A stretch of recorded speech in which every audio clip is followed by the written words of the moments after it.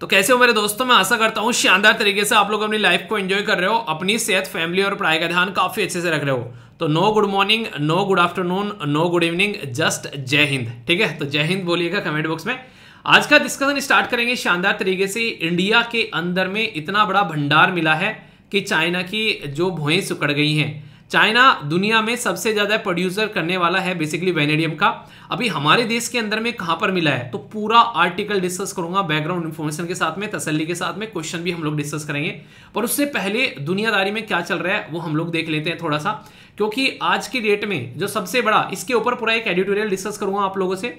लोकसभा ने historic women reservation bill जो है वो पास कर दिया है, पर लेकिन अभी इतना खुश होने की जरूरत नहीं है। खुद हमारे देश के जो बेसिकली होम मिनिस्टर है उनके द्वारा बोला गया है कि 2029 तक जो है वो इसको इंप्लीमेंट किया जाएगा, उससे पहले इसको इंप्लीमेंट नहीं किया जाएगा। ठीक है, क्योंकि डीलिमिटेशन कमीशन में बहुत सारी जो बातें हैं वो सारी मैं डिस्कस करूंगा आप लोगों से जब हम लोग बात करेंगे एडिटोरियल के बारे में, तो बहुत ही तसल्ली में डिस्कस करेंगे।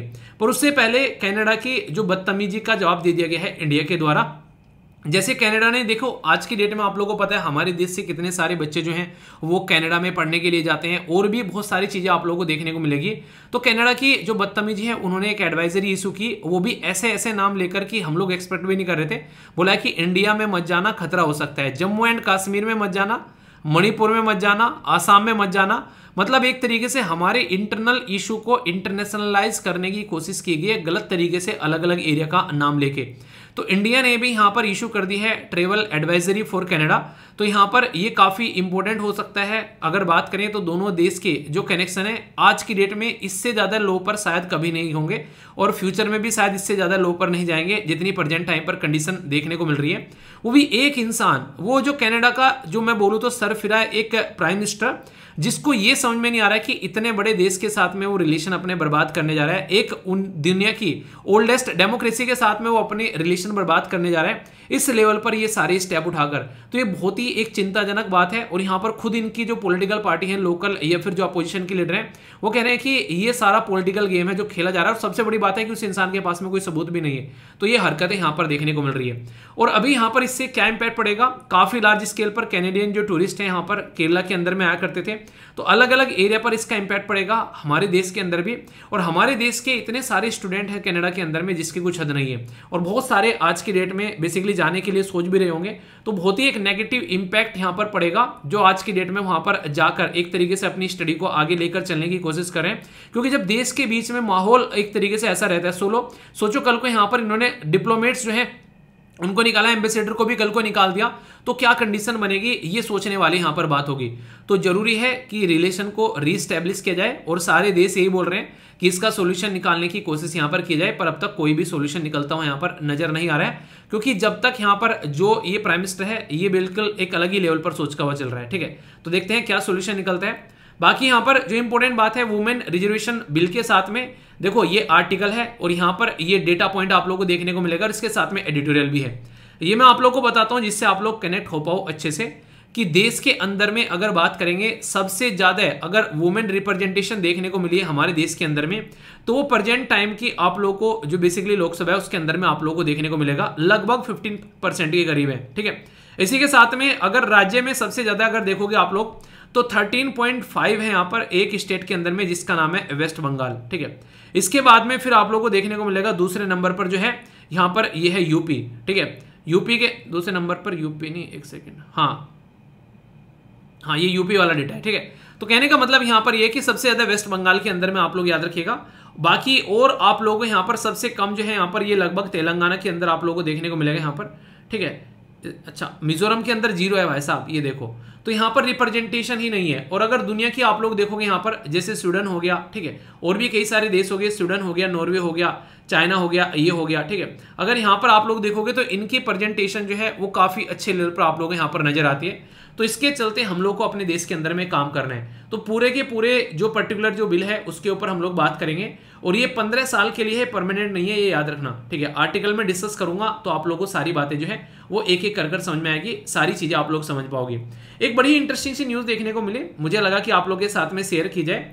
अभी रिसेंटली ये बात बोली गई है हाई कोर्ट के द्वारा। ठीक है, हाईकोर्ट के द्वारा क्या बोला गया है, जैसे मान लीजिए कोई किसी का पेट डायलॉग है, जैसे अनिल कपूर साहब का झक्कास डायलॉग आप लोगों ने सुना होगा, तो कई सारी ई कॉमर्स कंपनी है क्या कर रही है, वो झक्कास जो डायलॉग है उनका इस्तेमाल कर रही है और आर्टिफिशियल इंटेलिजेंस से इनकी वॉइस जो है वो जनरेट कर कर अपने प्रोडक्ट यहाँ पर बेचती हुई नजर आ रही है। तो इसके चलते यहाँ पर ये कोर्ट के पास में पहुंचे, तो यहाँ पर किसी पर्टिकुलर पर्सन का नाम, उसकी इमेज, उसकी वॉइस, ये उस पर्टिकुलर इंसान की प्रॉपर्टी है। यहाँ तक कि उसका कोई ऐसा कोई पर्टिकुलर जो कैची फ्रेज है, जैसे कि यहाँ पर झक्कास हो गया, उसका भी इस्तेमाल आप लोग नहीं कर सकते। क्यों? क्योंकि ये लगेगा कि यही पर्सन है जो कि यहाँ पर प्रमोशन कर रहा है, जबकि यहाँ पर ये पर्सन नहीं है, कोई और प्रमोशन करता हुआ नजर आ रहा है। तो इसलिए जरूरी है कि इन चीजों का ध्यान रखा जाए और ये इंसान की पर्सनल चीज आती है। आर्टिकल 21 के अंदर में ये इंसान की प्राइवेसी की कैटेगरी में आ जाता है, ये इंडिविजुअल आइडेंटिटी की बात की जा रही है, तो आप लोग इसके अंदर में इस तरीके से इंटरफेयर नहीं कर सकते हैं। ठीक है, तो याद रखिएगा पार्ट 3 में जब फंडामेंटल राइट की आप लोग बात करते हैं तो आर्टिकल 21 ये राइट टू प्राइवेसी के बारे में बात की गई और वहां से इसको कनेक्ट करके आप लोग देख सकते हैं। ठीक है, बाकी यहां पर प्राइम मिनिस्टर मोदी साहब जो है उन्होंने भी अपना व्हाट्सएप चैनल बना लिया है और केजरीवाल साहब भी व्हाट्सएप के ऊपर अपना चैनल बना चुके हैं। एक बच्चे ने मुझे बेसिकली उस पर मैसेज किया, बेसिकली मुझे इंस्टाग्राम पे, कह रहा है कि सर आपने अपना चैनल अब तक क्यों नहीं बनाया, क्योंकि कई सारे बच्चे जो हैं वो टेलीग्राम से ज़्यादा खुश रहते नहीं हैं, टेलीग्राम पर मतलब वो आते नहीं है, या फिर बोलो कि टेलीग्राम जो है वो एक तरीके से इंस्टॉल नहीं किया उन्होंने।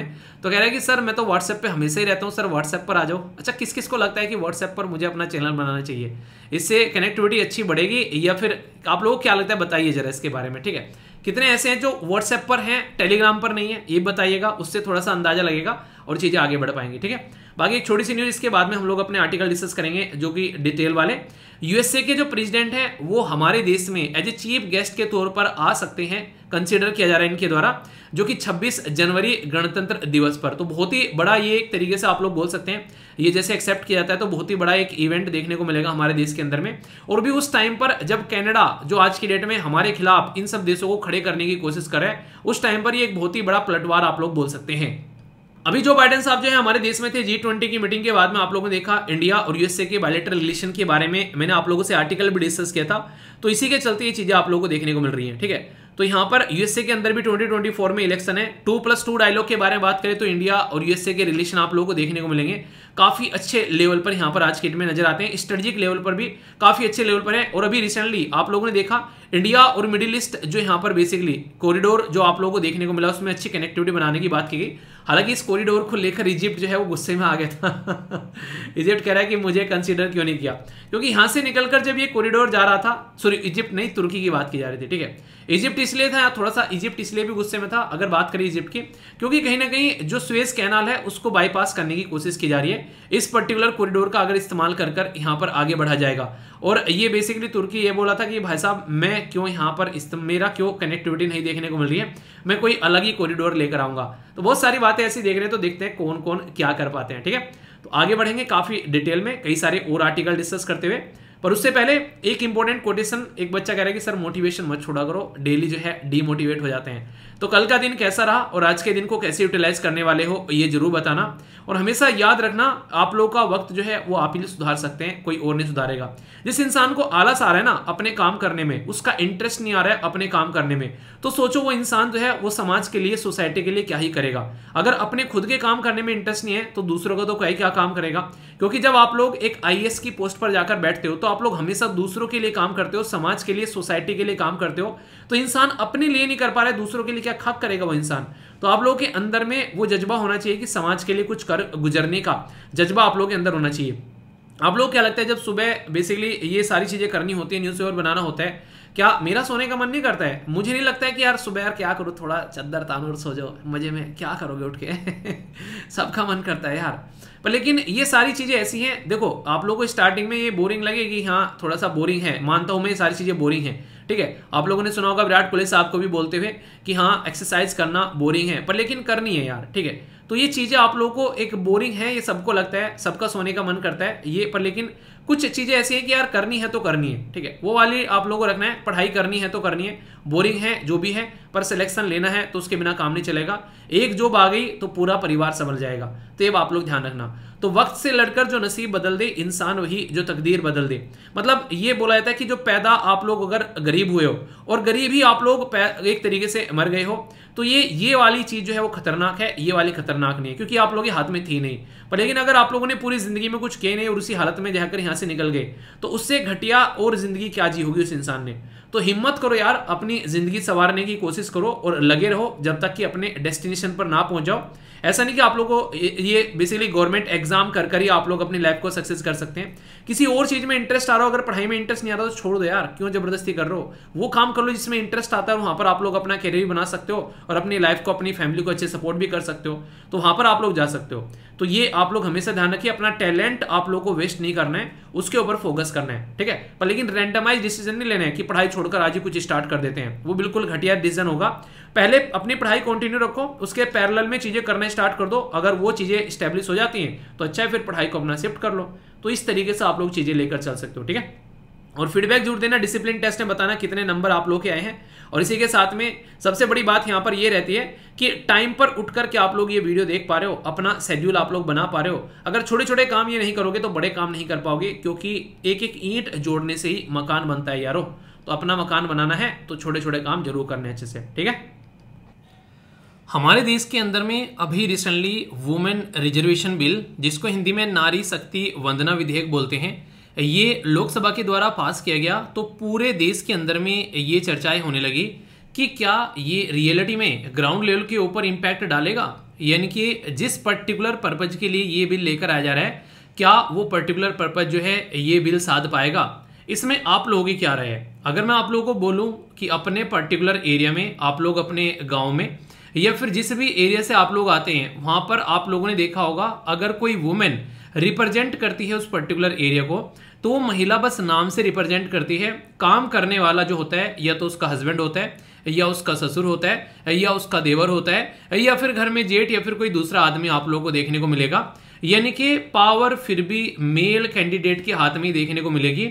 अगर मैं बात करूं यहाँ पर खासकर ग्राउंड लेवल पर, यानी कि पंचायती राज सिस्टम के अंदर में, स्टार्टिंग में हमारे देश के अंदर में पंचायती राज सिस्टम था नहीं, पर लेकिन 73rd कॉन्स्टिट्यूशन अमेंडमेंट करके, यानी कि संविधान में संशोधन करके हमारे देश के अंदर में पंचायती राज सिस्टम लाया गया।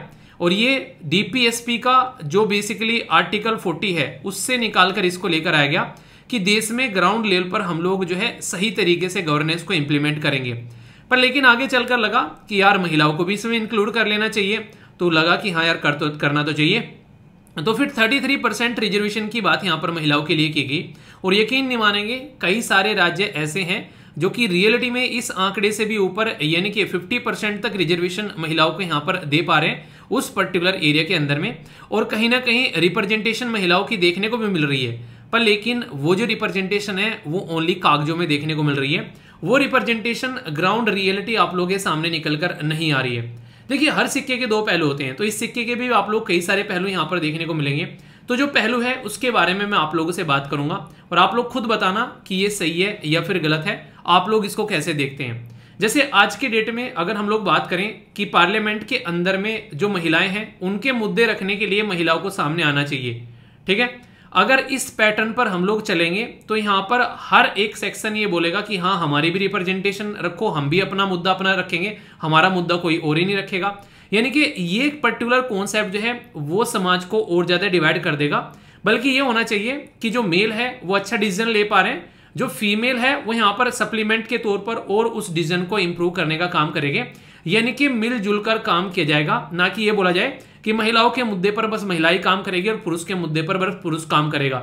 अगर इस कॉन्सेप्ट पर हम लोग चलेंगे तो हमारा जो मैरिज सिस्टम है, यानी कि जो शादी का जो सिस्टम है, वही आप लोगों को यहां पर टूटता हुआ नजर आएगा, क्योंकि मेल और फीमेल किसी घर को दोनों मिलकर यहां पर चलाते हैं। तो ये काफी बड़ा डिबेट डिस्कशन निकलकर सामने आया कि आखिर इन दोनों को अलग अलग क्यों इस तरीके से देखा जा रहा है। जब डिसीजन मेकिंग कैपेबिलिटी की बात करें, क्यों ना इस तरीके से देखें कि मिलजुल कर मिलीजुली सरकार चलाएं, दोनों डिसीजन लें अपनी सूझबूझ के साथ में और अच्छा डिसीजन यहां पर इंप्लीमेंट होता हुआ नजर आए। वरना ये सोसाइटी का भी डिवीजन आप लोगों को होता हुआ नजर आएगा। कई सारे लोगों के द्वारा ऐसी भी बातें यहाँ पर बोली गई, मतलब हर एक इंसान के द्वारा अलग अलग तर्क यहाँ पर दिए गए। आप लोगों को क्या लगता है जो ये वुमेन रिजर्वेशन बिल लेकर आए गए हैं यहाँ पर, ये ग्राउंड रियलिटी इनिशियल में ही चेंज करके रख देगा? ये देखिए, बोलना और बेसिकली करना उसमें डिफरेंस होता है, क्योंकि आप कई सारे बच्चे ऐसे होते हैं बोलते हैं कि भाई साहब पहले अटेम्प्ट में ही यूपीएससी निकाल कर साइड में फेंक देंगे, फिर जैसे जैसे सिलेबस देखते हैं, पुराने क्वेश्चन पेपर देखते हैं, तो फिर लगता है कि नहीं यार थोड़ा सा टाइम लगेगा, तो फिर पढ़ाई करना स्टार्ट कर देते हैं। एक अटेम्प्ट कब चला गया पता ही नहीं चला, फिर दूसरे अटेम्प्ट में कि नहीं अब की बार सीरियस होकर देंगे।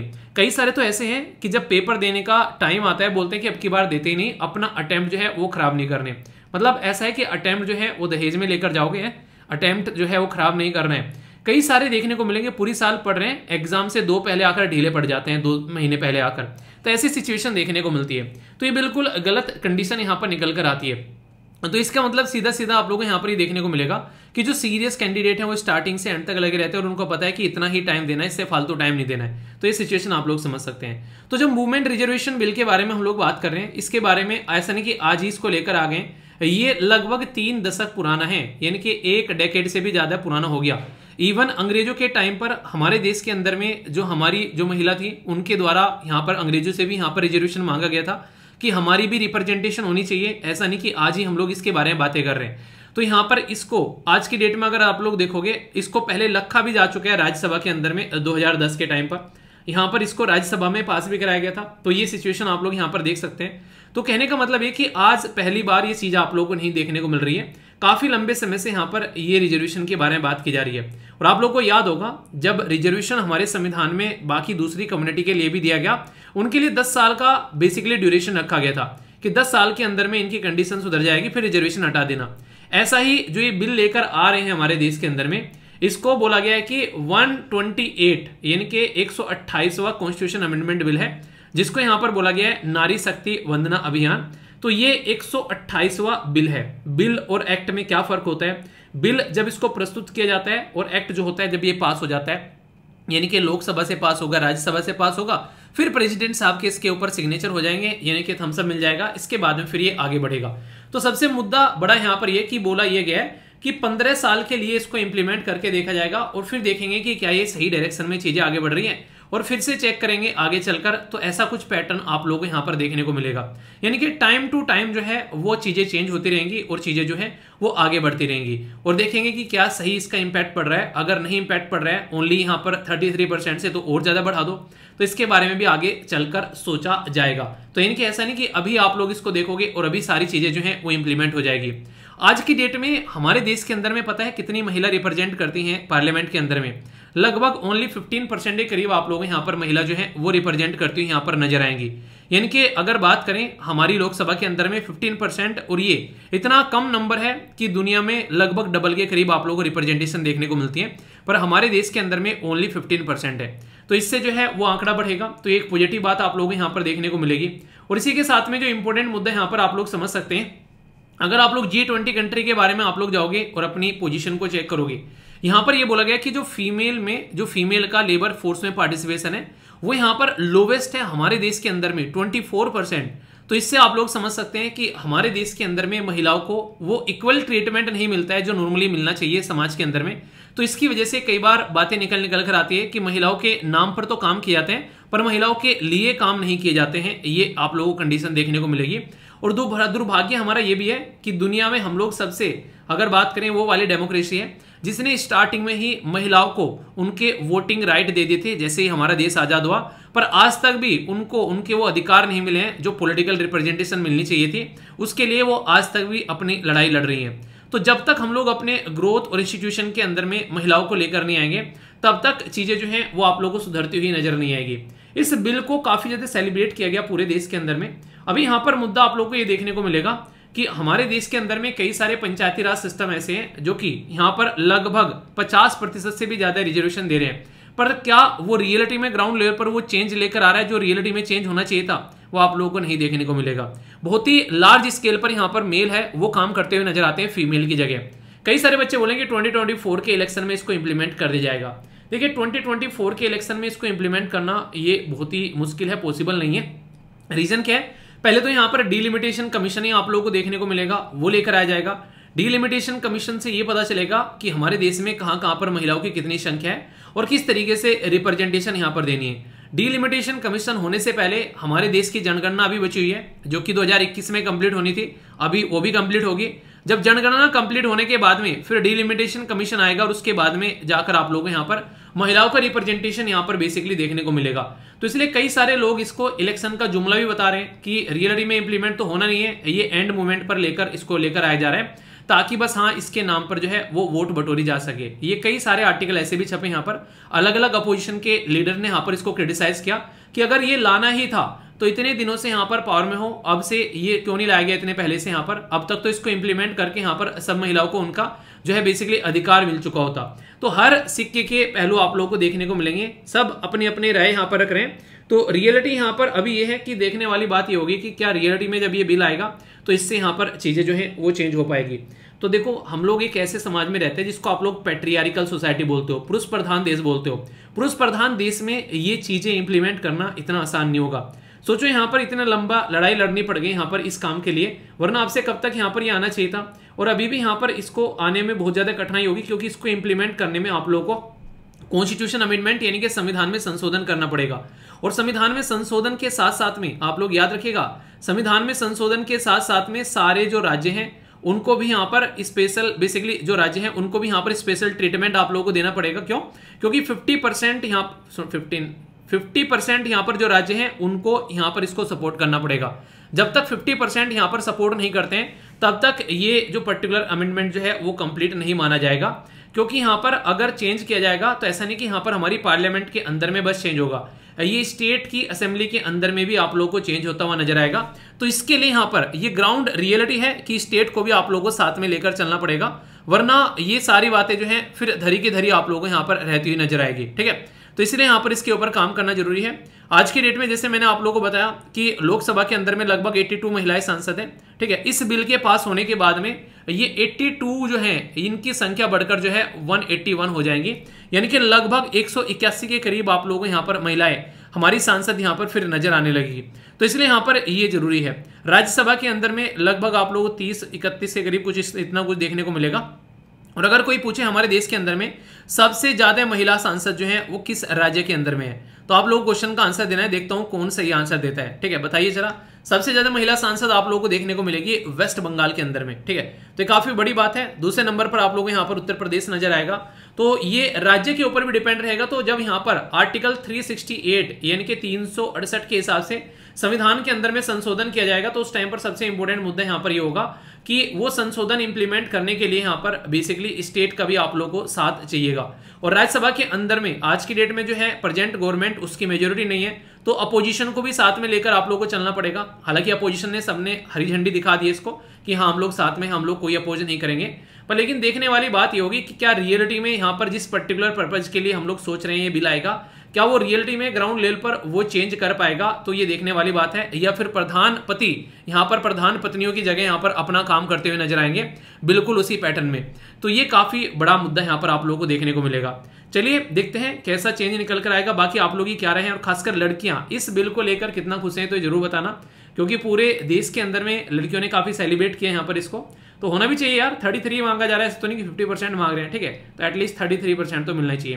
तो पॉजिटिव चीज तो है, पर लेकिन इंप्लीमेंटेशन के ऊपर डिपेंड करती है। जैसा मैंने आप लोगों को बताया हमेशा कि कोई भी संविधान जो है वो अच्छा और बुरा नहीं होता, हमेशा उसको इंप्लीमेंट करने वाले लोग जो हैं वो अच्छे और बुरे होते हैं। अगर इंप्लीमेंट करने वाले लोगों की मनसा अच्छी है तो वैसा वो चीज अच्छी है, और अगर इंप्लीमेंट करने वाले लोगों की मनसा अच्छी नहीं है तो फिर वो चीज अच्छी नहीं है। तो ऐसे आप लोग समझ सकते हैं। ठीक है, आप लोग की क्या राय है वैसे इसके बारे में, आप लोग अपनी राय रख सकते हैं कि किस तरीके से इस चीज को लेकर चलना चाहिए। बाकी जो भी आप लोगों के मन में पॉइंट आ रहा है इससे रिलेटेड आप लोग उसके हिसाब से बातें बता सकते हैं। ठीक है दोस्तों, ये बात जानकर आप लोगों को हैरानी होगी, दुनिया में सबसे बड़े जो प्रोड्यूसर हैं वेनेडियम के, अभी वेनेडियम गैस के बारे में बात करूंगा, वो हैं चीन, साउथ अफ्रीका और रसिया।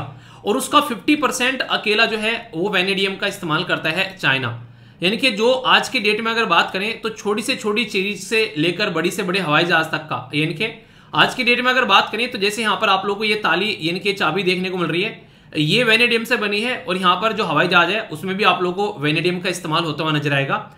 यानी कि छोटी से छोटी और बड़ी से बड़ी चीज जो है उसमें वेनेडियम इस्तेमाल होता है। तो अब तक ये जो वेनेडियम है हमारे देश के अंदर में काफी कम या फिर ना के बराबर देखने को मिलता था, पर अभी यहां पर गुजरात के जो कोस्ट है उसमें वेनेडियम के भंडार यहां पर देखने को मिले, जिसके चलते दुनिया भर में इसका जिक्र किया जा रहा है कि इंडिया जो है वो अब वेनेडियम का इंपोर्टर नहीं, वो अब एक्सपोर्टर बनता हुआ आप लोगों को यहां पर नजर आएगा। और इसकी वजह से जो चाइना जैसे जो देश हैं वो भी हमसे अब खरीदते हुए आप लोगों को वेनेडियम देखने को मिलेंगे। तो हमारे देश के अंदर में जो पर्टिकुलर जो डिपार्टमेंट है जियोलॉजिकल सर्वे ऑफ इंडिया, ये सारे इन्हीं की हेल्प से यहाँ पर हम लोग ये वेनेडियम जो है वो खोज पाए हैं। ये जो वेनेडियम है इसका बहुत शानदार तरीके से जो इस्तेमाल किया जाता है वो स्टील बनाने में आप लोगों को देखने को मिलेगा। और खासकर इसके अगर इस्तेमाल आप लोग पूछे, जैसे कि स्टील बनाने में मैंने आप लोगों को बता दिया, इसी के साथ में यहाँ पर रस्ट फ्री, ये जिसके ना किस तरीके से कुछ भी आप लोगों को वहां पर जंग लगता हुआ नहीं नजर आएगा, तो उसके अप्लायंसेज आप लोगों को देखने को मिलेंगे। वेनेडियम का जो यूज है वो सबसे ज्यादा अच्छा जो हो जाता है यहाँ पर टाइटेनियम और स्टील को टुगेदर बाइंड करने में भी इसका इस्तेमाल किया जाता है। और इससे भी ज्यादा खतरनाक है इसका इस्तेमाल आप लोगों को देखने को मिलेगा वो होता हुआ नजर आएगा सुपर कंडक्टिव जो बेसिकली मैग्नेट बनाने के लिए। तो ये इतना ज्यादा इंपॉर्टेंट मटेरियल है। अगर बात करूं इसकी कुछ प्रॉपर्टी के बारे में आप लोगों को देखने को मिलेगा, इसके बारे में अगर आप लोगों से कोई पूछे तो वेनेडियम जो है उसका एटॉमिक नंबर है 23, प्रेजेंट करते हैं इसे V से। और इसी के साथ में यहां पर ये हो गया इसका जो basically electron configuration. Atomic number जो है आप लोगों को देखने को मिलेगा यहाँ पर 23 है। एटॉमिक वेट जो है वो 50 के करीब आप लोगों को देखने को मिलेगा। एसिड बेस प्रॉपर्टी है, हायर वैलेंस ऑक्साइड आप लोगों को देखने को मिलेगा। ये क्रिस्टल स्ट्रक्चर में पाया जाता है नॉर्मली। और फिजिकल जो स्टेट है इसकी वो 20 डिग्री सेंटीग्रेड पर फिजिकल स्टेट में आप लोगों को देखने को मिलेगा। देखने में स्ट्रक्चर कुछ ऐसा आप लोगों को यहाँ पर नजर आएगा। और इसका जो इस्तेमाल है जैसा मैंने बताया कि ताली से लेकर हवाई जहाज तक आप लोगों को इसका इस्तेमाल देखने को मिलेगा। तो यहां से आप लोग इसका अंदाजा लगा सकते हैं कितना इंपॉर्टेंट है ये मटेरियल और हमारे देश के अंदर में पाया जाता है। तो खासकर जो चीज हम लोग खरीदा करते थे दोस्तों से, अपने पड़ोसियों से, उसको हम लोग अब बेचते हुए इसको नजर आएंगे। तो ये बहुत बड़ी बात है। जब लिथियम हमारे यहाँ पर रिजर्व पाया गया था जम्मू एंड कश्मीर के अंदर में, पूरी दुनिया में उसके ऊपर चहचाई गई, दुनिया उसके ऊपर सभाएं बैठाई गई। तो उस टाइम पर पता चला कि इंडिया जो है आज की डेट में यहाँ पर काफी लार्ज स्केल पर रिसोर्स रिच कंट्री आप लोगों को देखने को मिलेगी। और आने वाले टाइम पे अभी और भी काम किए जा रहे हैं, जितनी हमारे पास में अपनी टेक्नोलॉजी हम लोग डेवलप कर रहे हैं, तो ये संख्या इन तरीके के प्रोडक्ट की और ज्यादा बढ़ती नजर आएगी। अभी आप लोगों को पता है समुद्र के लिए भी हम लोग मिशन बेसिकली छोड़ने जा रहे हैं, तो वो भी आप लोगों को यहाँ पर देखने को मिलेगा। उसके बारे में आप लोगों से बात करूंगा। हालांकि वो आर्टिकल मुझे कल डिस्कस करना था, पर लेकिन आज कर लेंगे, अगर टाइम नहीं मिला तो कल कर लेंगे। कोई भी इंपॉर्टेंट आर्टिकल छूटेगा नहीं, इस बात की मैं आप लोगों को गारंटी देता हूं। तो चीजों को अच्छे से लेकर चलते रहिए ताकि आप लोगों को कोई भी डाउट देखने को न मिले। तो वेनेडियम का जो इस्तेमाल है वो इतना शानदार है, इससे आप लोग अंदाजा लगाइए ये वेनेडियम हमारे देश में जब मिलेगा तो दुनिया में हमारी साख जो है वो कैसे बढ़ेगी। कोई पूछे अगर दुनिया में सबसे पहले वेनेडियम जो है वो कहां पर डिस्कवर किया गया, तो याद रखिएगा ये स्पेन के अंदर में आप लोगों को देखने को मिलेगा। और ये बात की जाती है लगभग 1831 की, यानी क्यों नहीं कहते कि बहुत पुरानी बात है, एक राजा हुआ करता था तो बहुत पुरानी बात है। यहाँ पर जो वेनेडियम जो है वो निकला था और उस वेनेडियम का जो है उसके बारे में फिर आगे पता चला 1801 में, सॉरी ठीक है 1801 में आप लोगों को यहाँ पर ये देखने को मिला था। और यहाँ पर उस टाइम पर जो पर्सन थे उनका नाम था यहाँ पर एंड्रूज मैनुअल डीरियो। तो एक मिनरोलॉजिस्ट थे जिनके द्वारा यहाँ पर इसका खोज किया गया और इसका नाम जो है वो रखा गया यहाँ पर इथ्रोनियम, ठीक है। हालांकि आगे चलकर यहाँ पर बोला गया कि ये इम्प्योर क्रोमियम है, वो आगे बात है। पर फिर आगे फिर इसके ऊपर डिस्कवरी की गई, स्टडी की गई। और फिर 1830 में जाकर यहाँ पर एक स्वीडिश केमिस्ट थे जिनका नाम था निल्स गैब्रियल, उनके द्वारा यहाँ पर ये बोला गया कि इसका जो बेसिकली ये कुछ और प्रोडक्ट देखने को मिलता है। और फिर जब और जाके इसके ऊपर स्टडी की गई आगे चलकर 1867 में, देखो कोई किसी चीज को खोज दे एक बारी वो एक तरीके से उसके ऊपर फिर स्टडी होती है, तो तब जाकर पता चलता है इन रियलिटी कि ये है क्या। तो उसके बाद में फिर इसका नाम यहाँ से निकल कर आता है, ठीक है। तो ये काफी इंपॉर्टेंट है। तो एक पूरा प्रोसीजर आप लोगों को देखने को मिलेगा जिसके बाद में इस प्रोडक्ट का जो है वो नामांकन किया गया। हर एक देश जो है वो अपने हिसाब से अपने यहाँ के जो क्रिटिकल मिनरल है उनका नंबर आप लोगों को देखने को मिलेगा। जैसे 35 मिनरल आप लोगों को देखने को मिलेंगे यूनाइटेड स्टेट ऑफ अमेरिका में, ठीक है। तो यहाँ पर अगर अपने देश के बारे में मैं आप लोगों को बातें बताऊं, ये है यहाँ पर 30 के करीब, ठीक है। मैं जब भी बोलता हूँ कि अपने देश के बारे में बातें बताऊं तो एक बच्चा कह रहा है सर हमारा भी है चलिए हमारे देश के बारे में बातें बताऊं। क्रिटिकल जो मिनरल्स हैं वो यहाँ पर काफी इंपॉर्टेंट है और इनका इस्तेमाल काफी लार्ज स्केल पर यहाँ पर किया जाता है। और यहाँ पर आज के डेट में जो हम लोग बैटरी के ऊपर फोकस कर रहे हैं तो इसमें काफी इंपॉर्टेंट है। यहाँ पर सबसे इंपॉर्टेंट है टॉप इंडस्ट्री, जहां पर टेलीकॉम, एनर्जी, डिफेंस, एरोस्पेस और ट्रांसपोर्टेशन, जहां पर आप लोग को इन क्रिटिकल मिनरल का जो है वो काफी हाई लेवल पर वो है यूज होता हुआ नजर आएगा। तो जिस किसी ने इसके अंदर एंट्री कर ली तो उसकी आने वाले टाइम पे आप लोग को बल्ले बल्ले जो है वो देखने को मिलेगी। तो हमारे देश के अंदर में जो ये पर्टिकुलर क्रिटिकल मिनरल जो निकल कर आया है, ये है गल्फ ऑफ खंबात के अंदर में। जैसा कि मैंने आप लोगों को यहाँ पर बताया, ये एग्जैक्ट लोकेशन अरेबियन सी में आप लोगों को देखने को मिलेगी, अपने ही देश के अंदर में। तो यहाँ पर ये पर्टिकुलर क्रिटिकल मिनरल जो है ये पाया गया है, ये अरेबियन सी के अंदर में आप लोगों को देखने को मिलता है, गुजरात के अंदर में। अर्लियर इसको गल्फ ऑफ कॉम्बे के नाम से जाने जाते थे, कैम्बे, ठीक है। इसके बाद में फिर आगे चलकर इसका नाम चेंज किया गया। ये लगभग 80 माइल्स का डिवाइडेड जो रीजन है यहाँ पर, ये किसका है यहाँ पर, बेसिकली कैथियावाड़ जो पेनिनसुला है, south eastern part of the Gujarat के अंदर में। इसके अंदर में जो रिवर है नर्मदा, तापी, माही और साबरमती, ये रिवर आकर आप लोगों को यहाँ पर इस साइड में गिरती नजर आएगी, जिसको आप लोग बोलते हैं अरेबियन सी। यानी कि आप लोग इनको नॉर्मली बोल सकते हैं कि ये वेस्ट फ्लो रिवर है। हमारे देश में वेस्ट फ्लो रिवर काफी कम आप लोगों को देखने को मिलेगी, मैक्सिमम रिवर जो है वो ईस्ट फ्लो आप लोगों को नजर आएगी। और ये इसका बेसिक रीजन है हमारे देश का जो यहाँ पर बेसिकली एक तरीके से हमारे देश का जो किस तरीके से पहाड़ियों का एलिवेशन है और वो सारी चीजें, उसके बेस पर आप लोगों को चीजें यहाँ पर देखने को मिलती है। बोला गया कि इट इज रिलेटिवली जो यहाँ पर सैलो और इसी के साथ में enclosed body of the water, ये गल्फ ऑफ खंबात जो आप लोगों को देखने को मिलते हैं। और टाइडल जो है उनका मूवमेंट जहां पर आप लोगों को देखने को मिलेगा, ये काफी लार्ज स्केल पर कई बार नजर आता है। One of the highest tied in the world यहाँ पर जो बारह जाता है, यहाँ पर इसमें आप लोगों को देखने को मिलेगा। और सम कोरल रीफ भी आप लोगों को यहाँ पर नजर आ जाएंगे। तो इसी की वजह से यहाँ पर जो मैप बेस्ड वाला एरिया रहता है, वो अगर किसी रीजन की वजह से आप लोग उसके बारे में डिस्कस करते हुए नजर आए किसी करंट अफेयर की न्यूज के अंदर में, तो याद रखना वो स्टेटिक पोर्शन के लिए भी आप लोग के लिए इंपॉर्टेंट बन जाता है, खासकर एग्जाम में। तो उससे रोटियां सेकी जाती है एग्जामिनर के द्वारा। आप लोग को ये लग रहा हो कि यार हम लोग 2023 में बैठे हुए हैं, तो हम लोग यहाँ पर पर्टिकुलर ऐसे मिनरल के बारे में बातें कर रहे हैं, पर लेकिन यूपीएससी अब से लगभग 1 दशक पहले आप लोगों से यहाँ पर क्वेश्चन पूछ चुकी है इस पर्टिकुलर टॉपिक से। तो याद रखिए यहाँ पर ये ऑलरेडी क्वेश्चन पूछा जा चुका है, तो फिर से यहाँ पर कोई क्रिटिकल मिनरल वगैरह यूज में आ रहे हैं तो क्वेश्चन आप लोगों से बन सकते हैं, क्योंकि ग्रुप ऑफ एलिमेंट जिनको यहाँ पर रेयर अर्थ मटेरियल बोलते हैं, उससे क्वेश्चन पूछा जा चुका है ऑलरेडी यूपीएससी के द्वारा। बोला गया कि चाइना जो है वो लार्जेस्ट प्रोड्यूसर है इस तरीके एलिमेंट का, और इंपोज करता है सम रिस्ट्रिक्शन ताकि यहाँ पर उसका एक्सपोर्ट को रोका जा सके। क्यों? क्योंकि अपने ही देश के अंदर में यहाँ पर इन प्रोडक्ट का इस्तेमाल कर प्रोडक्ट बनाएंगे और फिर बेचेंगे। ऐसी स्टेटमेंट अगर कहीं भी आप लोगों को देखने को मिले तो बहुत ही वेग तरीके की स्टेटमेंट होती है कि other than China, Australia, Canada, Chile, these element are not found in any country. आप लोग क्या लगता है कि इतने बड़े बड़े देश हैं, क्या कहीं पर जरा सा भी नहीं मिलेगा कोई ऐसा एलिमेंट? तो ऐसी स्टेटमेंट आप लोग तुरंत देखते ही उसको जो है वो आप लोग डिस्कार्ड कर सकते हो, ठीक है, कि यार कुछ तो मिलेगा, कहीं तो मिलेगा, बिल्कुल नहीं मिलेगा, ऐसा तो पॉसिबल नहीं है। रेयर अर्थ मटेरियल जो है वो एसेंशियल है फॉर मैन्युफैक्चरिंग करने के लिए काफी इलेक्ट्रॉनिक आइटम जो रहते हैं, जिनकी काफी ज्यादा डिमांड आप लोगों को देखने को मिलेगी, तो इसके चलते इसकी काफी ज्यादा इंपॉर्टेंस है, ये आप लोग बोल सकते हैं। तो यहाँ पर अगर कोई भी ऐसी ऊल चूल टाइप की कोई स्टेटमेंट दिया करे तो उससे आप लोग समझ जाया करो कि एग्जामिनर आप लोगों की भावनाओं के साथ में खेल रहे हैं। आंसर यहाँ पर 1 और 3 आप लोगों को यहाँ पर देखने को मिलेगा। मैं बेस क्वेश्चन आप लोगों से बन जाए तो कोई बड़ी बात नहीं होगी। बात की जा रही है गल्फ ऑफ खंबात के बारे में। बोला गया है it is known for having the one of the highest tide range in the world with the tide that can rise and the fall dramatically. इसी के साथ में बोला गया कि यहाँ पर ये पर्टिकुलर एरिया जो है अरेबियन सी के अंदर में देखने को मिलेगा, और वेस्ट कोर्स है इंडिया का, जो कि स्टेट गुजरात के अंदर में पड़ता है। तो कोई स्टेटमेंट ऐसी लग रही है कि गलत हो यार, समझ में नहीं आई। ए में बोला गया ओनली 1, बी में बोला गया 2, सी में बोला गया ए बोला गया 1, बी में बोला गया ओनली 2, सी में बोला गया बोथ, और डी में बोला गया नन। सही आंसर क्या है अगर आप लोगों से पूछूं तो सही आंसर आप लोगों को क्या देखने को मिलेगा? सही आंसर यहाँ पर सी, यानी कि दोनों की दोनों स्टेटमेंट जो है वो एकदम करेक्ट है, ठीक है। तो कंफ्यूज आना नहीं है, डायरेक्ट क्वेश्चन आप लोगों से एग्जाम में पूछे जाते हैं कई बार, थोड़ा सा भी ध्यान रखोगे तो एग्जाम में क्वेश्चन नहीं छूटेगा, ठीक है। नेक्स्ट यहाँ पर बात की जा रही है कहां कहां इनका इस्तेमाल किया जाता है, तो एनर्जी, एरोस्पेस, इलेक्ट्रॉनिक्स, ट्रांसपोर्टेशन, अक्सर ऐसे क्वेश्चन आते हैं तो सारे के सारे जो क्वेश्चन होते हैं उसके ऑप्शन जो होते हैं वो बिल्कुल सही होते हैं। तो यहाँ पर इसका आंसर आप लोगों को डी देखने को मिलेगा। तो इस तरह की चीजें आप लोग यहाँ पर याद रख सकते हैं। इसी के साथ में यहाँ पर क्रिटिकल मिनरल्स के बारे में बात की जा रही है। तो बोला गया कि यहाँ पर यूरेनियम, रेडियम थेरेपी, इसी के साथ में potash, use in fertiliser, insulin, make LED screen, और इंडियम, ठीक है। तो यहाँ पर इसी के साथ में यहाँ पर बात की जाए स्ट्रोटियम, तो ये बोला जा रहा है कि फायर वर्क यानी कि आतिशबाजी के लिए इस्तेमाल होता है। तो ओनली 1, ओनली 2, ओनली 3 या फिर ऑल ऑफ द अबोव। सही आंसर क्या है? ए, बी, सी, एफ, डी, ये आप लोगों को बताना है। तो यहाँ पर इसका आंसर आप लोगों को देखने को मिलेगा डी, यानी कि सारी की सारी स्टेटमेंट जो है वो बिल्कुल करेक्ट आप लोगों को यहाँ पर नजर आएगी। तो इसको लेकर कोई भी कंफ्यूजन आप लोगों को नहीं होना चाहिए, क्वेश्चन डायरेक्ट बन जाते हैं कई बार। तो आंसर यहाँ पर इसका डी हो गया, ठीक है। अच्छा, मुझे याद आ रहा है अभी मैंने आप लोगों को ये आर्टिकल काफी तसल्ली पढ़ाया था। हमारे देश के अंदर में जो लिथियम मिला था कश्मीर के अंदर में, वो पर्टिकुलर लोकल एरिया का नाम आप लोगों को बताना है, ठीक है।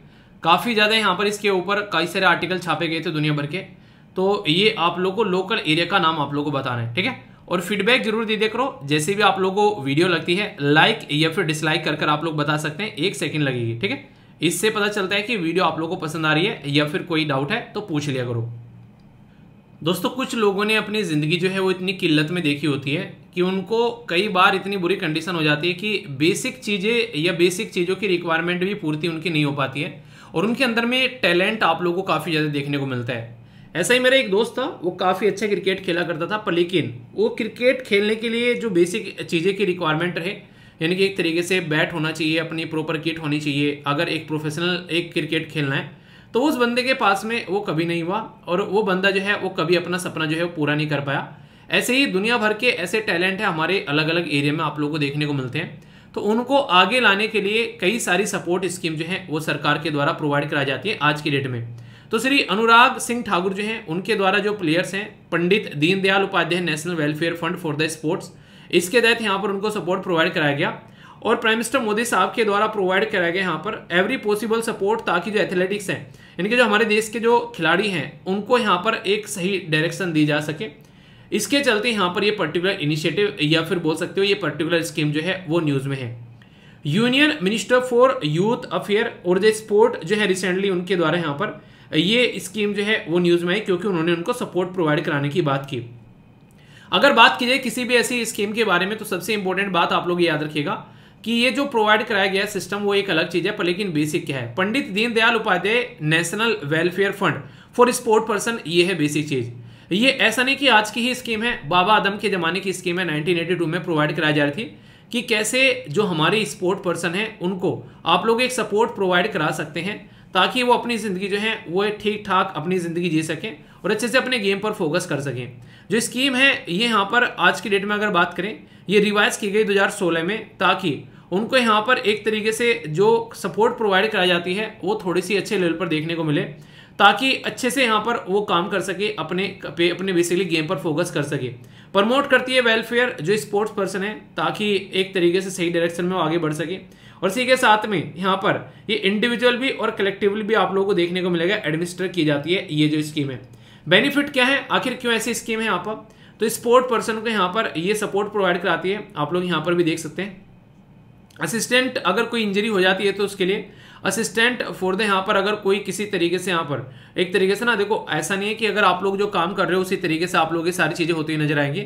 बहुत सारी दिक्कतें जिंदगी में देखने को मिलती है, जैसे नहीं कई सारे ऐसे भी लोग हैं आज की डेट, मुझे अभी भी याद है कि जब हम लोग अपनी इंजीनियरिंग कर रहे थे उस टाइम पर यहाँ पर कुछ बच्चे ऐसे थे जिन्होंने सुसाइड तक कर लिया था, ठीक है। तो यहाँ से आप लोग अंदाजा लगा सकते हैं कि हम बात करते हैं कि यहाँ सारी चीज़ें सही चलती रहती हैं, पर ये रियलिटी में सारी चीज़ें सही नहीं चलती है, पता नहीं कौन किस तरीके प्रेशर से होकर गुजरता है। और यहाँ से एक अंदाजा आप लोग लगा सकते हैं कि जो एक पर्टिकुलर खिलाड़ी होता है उसके माइंड पर किस लेवल का प्रेशर आप लोगों को यहाँ पर देखने को मिलता है। मतलब एक तरीके से मुझे लगता है कि शायद जितने प्रेशर में अगर कोई खिलाड़ी खेलता है उतने प्रेशर में शायद ही किसी के माइंड पर ये प्रेशर पड़ता है, क्योंकि जब आप लोग एग्जाम देते हो तो आप लोग एक एग्जामिनेशन हॉल में बैठकर एग्जाम देते हो, पर जो खिलाड़ी होता है ना वो दुनिया के सामने खेल रहा होता है यार, ठीक है। तो ये आप लोग यहाँ पर समझ सकते हैं। तो खिलाड़ी जो होता है मुझे लगता है कि कई बार तो यहाँ पर कई सारे खिलाड़ी की जान तक चली जाती है, ये भी कंडीशन आप लोगों को देखने को मिलेगी।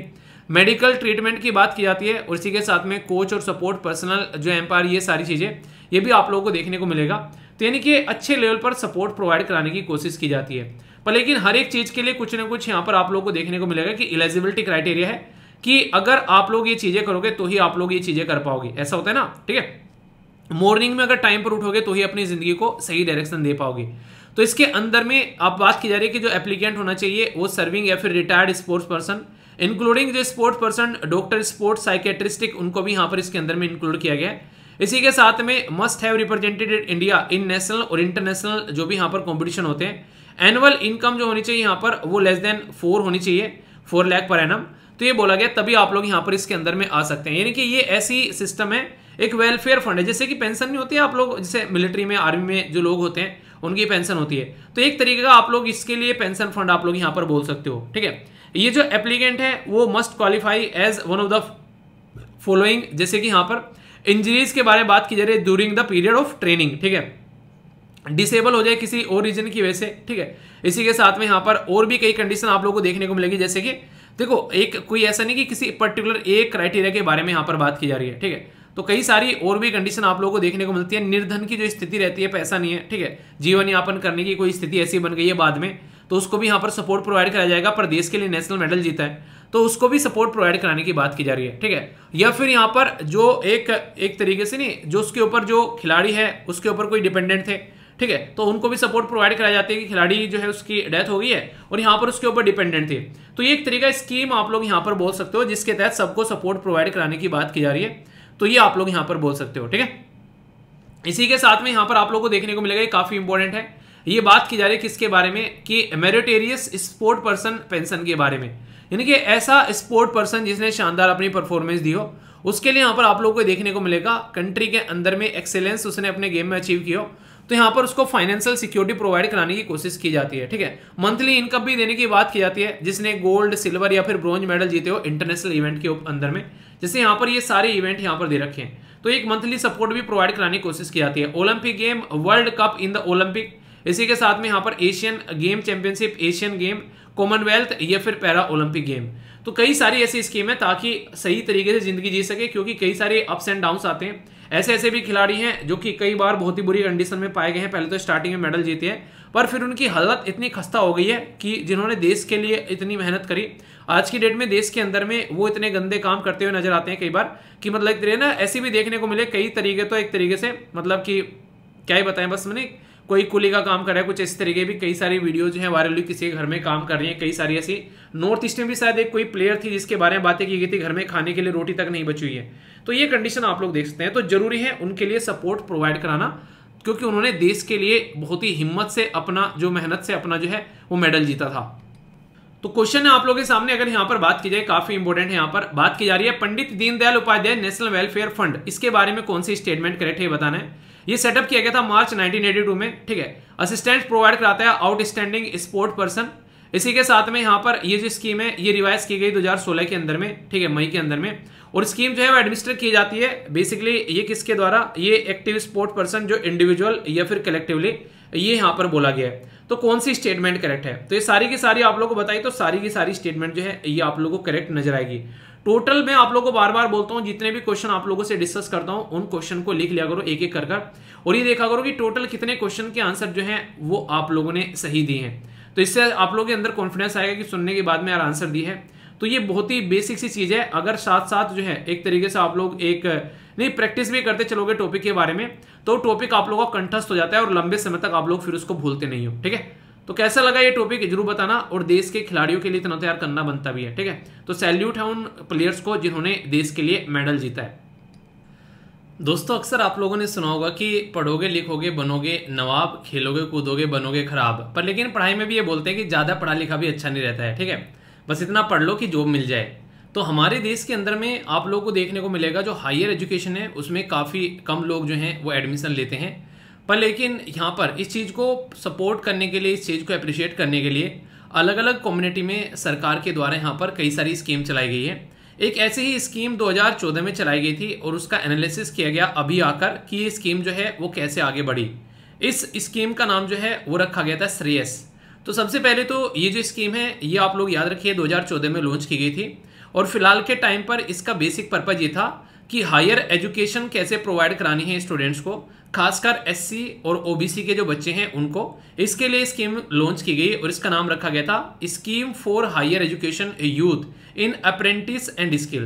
देखिए यहाँ पर ये बेसिकली फोकस क्या रहता है कि जैसे अगर एजुकेशन आप लोगों को प्रोवाइड करानी है तो एजुकेशन के 7 साल में इंसान को जो है वो स्किल भी दे दो। इससे फायदा ये रहेगा कि अगर उसको स्किल भी दे दी तो कम से कम जैसे उसकी एजुकेशन कंप्लीट होगी वैसे ही यहाँ पर वो कोई ना कोई काम धंधा करता हुआ या करती हुई नजर आएगी। तो इसके चलते यहाँ पर ये चीज़ काफ़ी इंपॉर्टेंट हो जाती है। तो यहाँ पर हम लोग बात करेंगे इस पर्टिकुलर स्कीम के बारे में जिसके बारे में बेसिक इन्फॉर्मेशन एटलीस्ट आप लोगों को होना चाहिए। और ये एक ऐसी स्कीम थी जिसको अम्ब्रेला स्कीम बोला गया। अम्ब्रेला यानी कि छाता, आप लोगों ने देखा छाता आप लोगों को देखने को मिलता है। तो यहाँ पर ये जो अम्ब्रेला स्कीम का मतलब बेसिकली ये रहता है कि कोई एक बहुत बड़ी स्कीम और उसके नीचे बहुत छोटी छोटी सी कई सारी स्कीम जो है वो इकट्ठी होगी उनको और अच्छे लेवल पर इंप्लीमेंट करने के लिए। जैसे स्वच्छ भारत मिशन जो था, ये स्वच्छ भारत मिशन ये अम्ब्रेला स्कीम थी। इसके तहत स्वच्छ विलेज, स्वच्छ शहर, स्वच्छ स्कूल, स्वच्छ हॉस्पिटल, ये छोटी छोटी स्कीम इसके अंदर यहाँ पर लॉन्च की गई दुनिया भर की।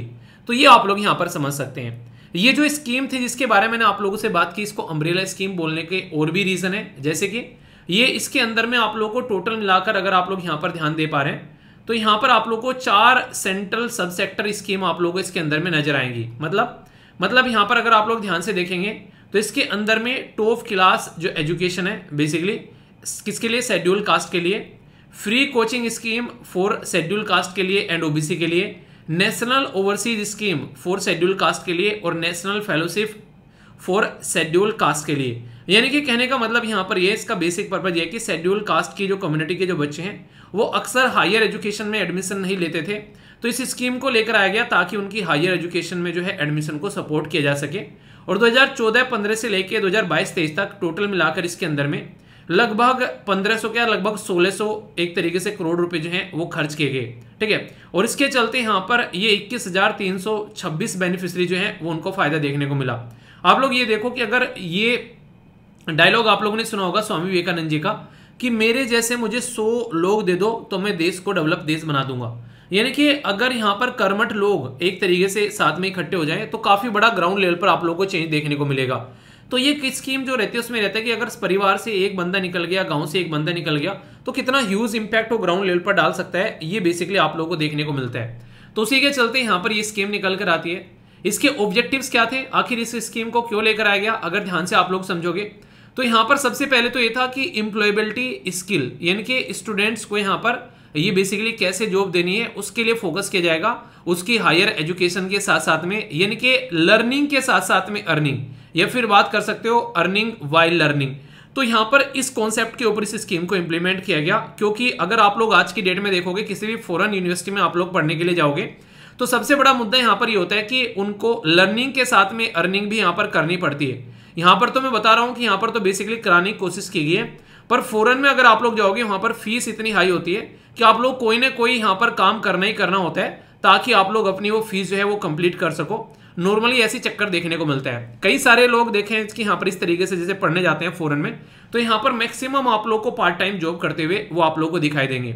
तो एजुकेशन और इसी के साथ में इंडस्ट्री सेक्टर जो है वो यहाँ पर एक साथ में आ जाते हैं इस पर्टिकुलर जो कोर्स को सपोर्ट करने के लिए, जिसमें एजुकेशन और इंडस्ट्री मिलते हैं तो अर्निंग भी होती है और लर्निंग भी होती है। पर उससे पहले कोई ना कोई बेसिक स्किल की रिक्वायरमेंट होती है जो कि यहाँ पर स्टूडेंट्स को दी जाती है ताकि वो अपनी बेसिक अर्निंग यहाँ पर कर सके। तो बिजनेस इंडस्ट्री जो है वो कनेक्ट करती है गुड क्वालिटी वर्कफोर्स के साथ में ताकि जो स्टूडेंट है यहाँ पर उनको एम्प्लॉयमेंट प्रोवाइड कराया जा सके। और कहीं ना कहीं इसमें सरकार का बहुत बड़ा रोल रहता है। बिना सरकार की ये चीजें ग्राउंड लेवल पर इंप्लीमेंट करना ना के बराबर आप लोग यहाँ पर बोल सकते हैं। ये बात आप लोग हमेशा ध्यान रखिएगा। इसमें अगर बात करें ये जो पर्टिकुलर सिस्टम इंप्लीमेंट करने की बात की गई, तो जब ऐसा कोई सिस्टम आता है तो कोई सिंगल मिनिस्ट्री यहाँ पर काम नहीं कर पाती है। जैसे यहाँ पर मैंने बताया कि ये स्कीम कब लॉन्च की गई थी, तो आप लोगों को अभी यहाँ पर ये स्कीम देखने को मिली 2014 में। 2014 में जब स्कीम लॉन्च की गई तब तक हमारे देश में जो ministry of human resource development इसको बोला जाता था, जिसको आज की डेट में क्या बोला जाता है, मिनिस्ट्री ऑफ एजुकेशन। यानी कि अभी इसका नाम चेंज हो गया है। किस पर्टिकुलर ये आप लोगों को ये बताना है कि इससे पहले भी इसका नाम चेंज हो चुका है, इससे पहले कब नाम चेंज हुआ था और अब फिर से नाम चेंज आप लोगों को यहाँ पर देखने को मिल रहा है। Ministry of skill development and entrepreneurship भी आप लोगों को देखने को मिलेगी और ministry of labour and employment. तो तीनों की तीनों ऐसी मिनिस्ट्री हैं जो कि आप लोगों को ऐसा नहीं कि यहाँ पर याद नहीं रहेंगे यार ये कौन सी आ गई कि यहाँ पर तो कोई अलग ही मिनिस्ट्री आ गई, ठीक है। तो यहाँ पर सारी की सारी ऐसी है कि इस फील्ड से रिलेटेड है कि स्किल होनी चाहिए, इंसान के पास में एजुकेशन होनी चाहिए, ठीक है, तभी उसको एक अच्छी लेबर फोर्स में यहाँ पर कन्वर्ट किया जा सकेगा। तो उसके चलते यहाँ पर ये पूरा सिस्टम आप लोगों को देखने को मिला।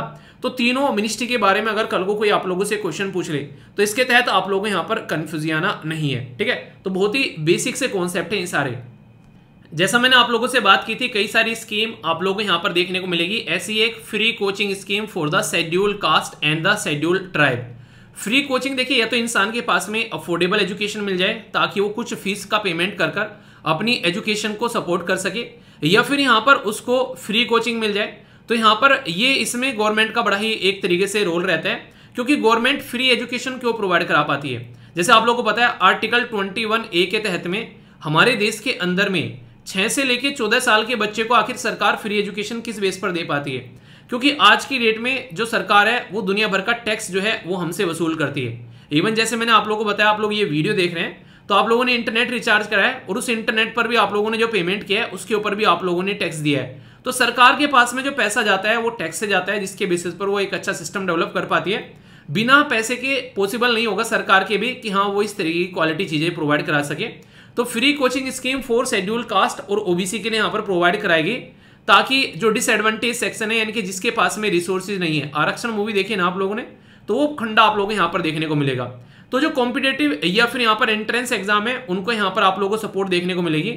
इनकम सीलिंग के बारे में बात की जाए तो 8 लाख पर एनम यहाँ पर होना चाहिए, तो यहाँ पर ये फंडा आप लोगों को यहाँ पर नजर आएगा। इसी के साथ में जो इंपॉर्टेंट बात है, ओबीसी स्टूडेंट्स के आप लोगों को देखने को मिलेगा इसमें 70:30 का रेशो, सॉरी यहाँ पर जब बात करें रेशो के बारे में बात करते हैं तो जो एससी के लिए तो 50 का होना चाहिए मिनिमम यहाँ पर, ठीक है, पर लेकिन ओबीसी में जब आप लोग बात करेंगे तो 70:30 का होना चाहिए। 30% यहाँ पर रिजर्व की गई है फीमेल के लिए, पर यहाँ पर ये basically note less then in case of SC यहाँ पर 50% आप लोगों को देखने को मिलेगा।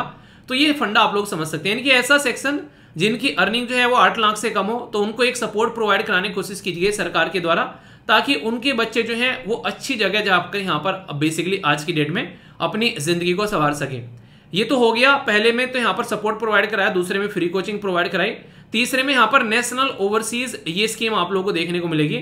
यानी कि अगर कोई पर्टिकुलर बच्चा जो है वो बाहर भी जाना चाहता है हायर एजुकेशन के लिए, तो इसको राष्ट्रीय प्रवासी योजना के तौर पर आप लोग यहाँ पर देखते हैं, जिसमें फाइनेंशियल असिस्टेंस जो है वो सिलेक्टेड स्टूडेंट एससी के यहाँ पर या फिर डी नोटिफाइड नोमेडिक ट्राइब या सेमी नोमेडिक ट्राइब जो है लैंडलेस एग्रीकल्चर है या ट्रेडिशनल आर्टिशन है यहाँ पर, उनको अगर पीएचडी वगैरह करनी है तो उनको यहाँ पर ये सपोर्ट प्रोवाइड कराया जाएगा।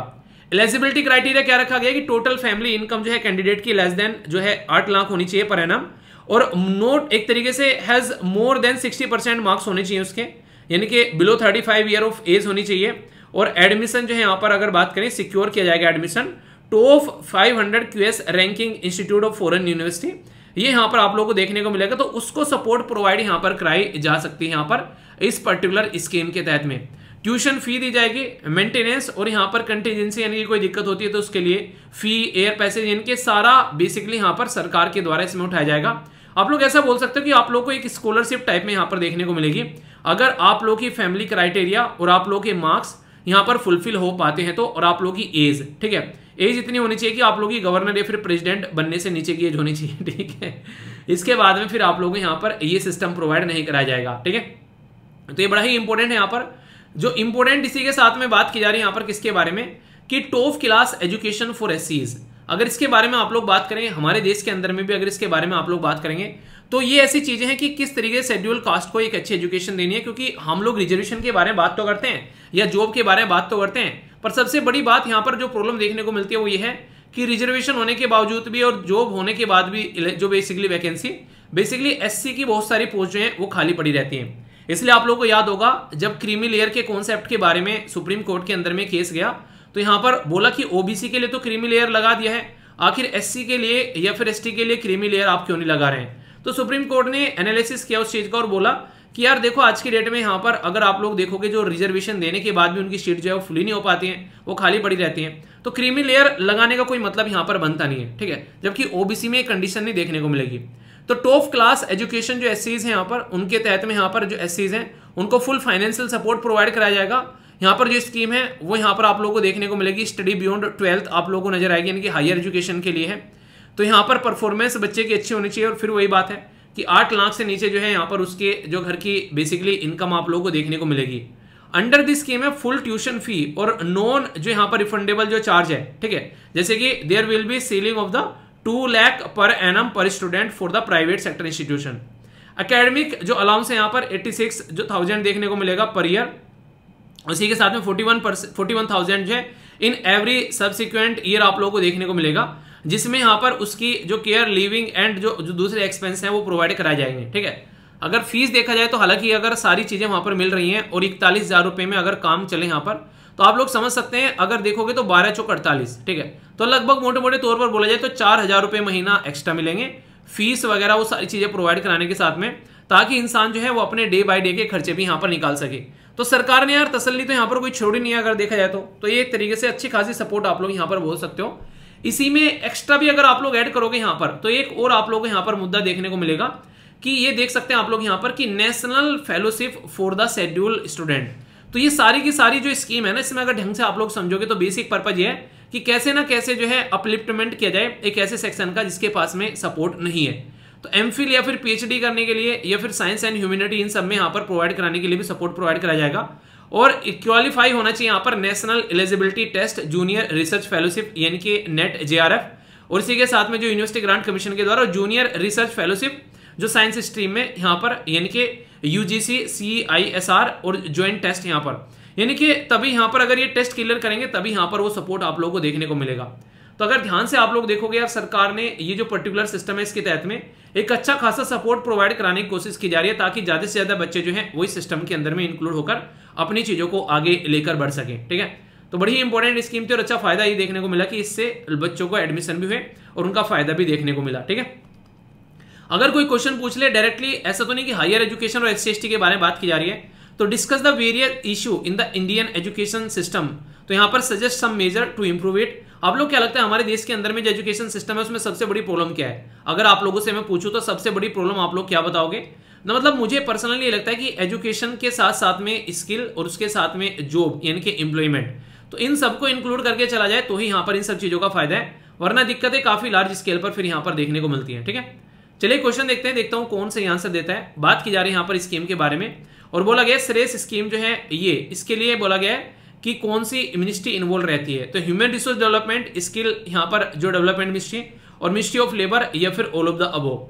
तो ये मैंने आप लोगों को डिटेल में डिस्कस किया कि यहाँ पर ये सारी की सारी मिनिस्ट्री है और इसकी जगह मिनिस्ट्री ऑफ एजुकेशन भी अगर लिखा हुआ मिले तो कंफ्यूजन नहीं है, क्योंकि मिनिस्ट्री ऑफ एजुकेशन भी बोला जाए तो वो यही बात बोली गई है, कुछ अलग बात नहीं बोली। ठीक है, तो बहुत ही इंपॉर्टेंट ये एक आर्टिकल आप लोग बोल सकते हो, कंफ्यूजन नहीं है। अगर दिक्कत हो तो बताना, पूरी एक स्कीम जो है वो आप लोग की तैयार हो गई है। ओके दोस्तों, अभी शाहरुख खान की एक मूवी आई है जिसका नाम जवान था। ठीक है, मतलब था क्या है, किस किस ने वो मूवी देखी है पहले तो आप लोग ये बताइए।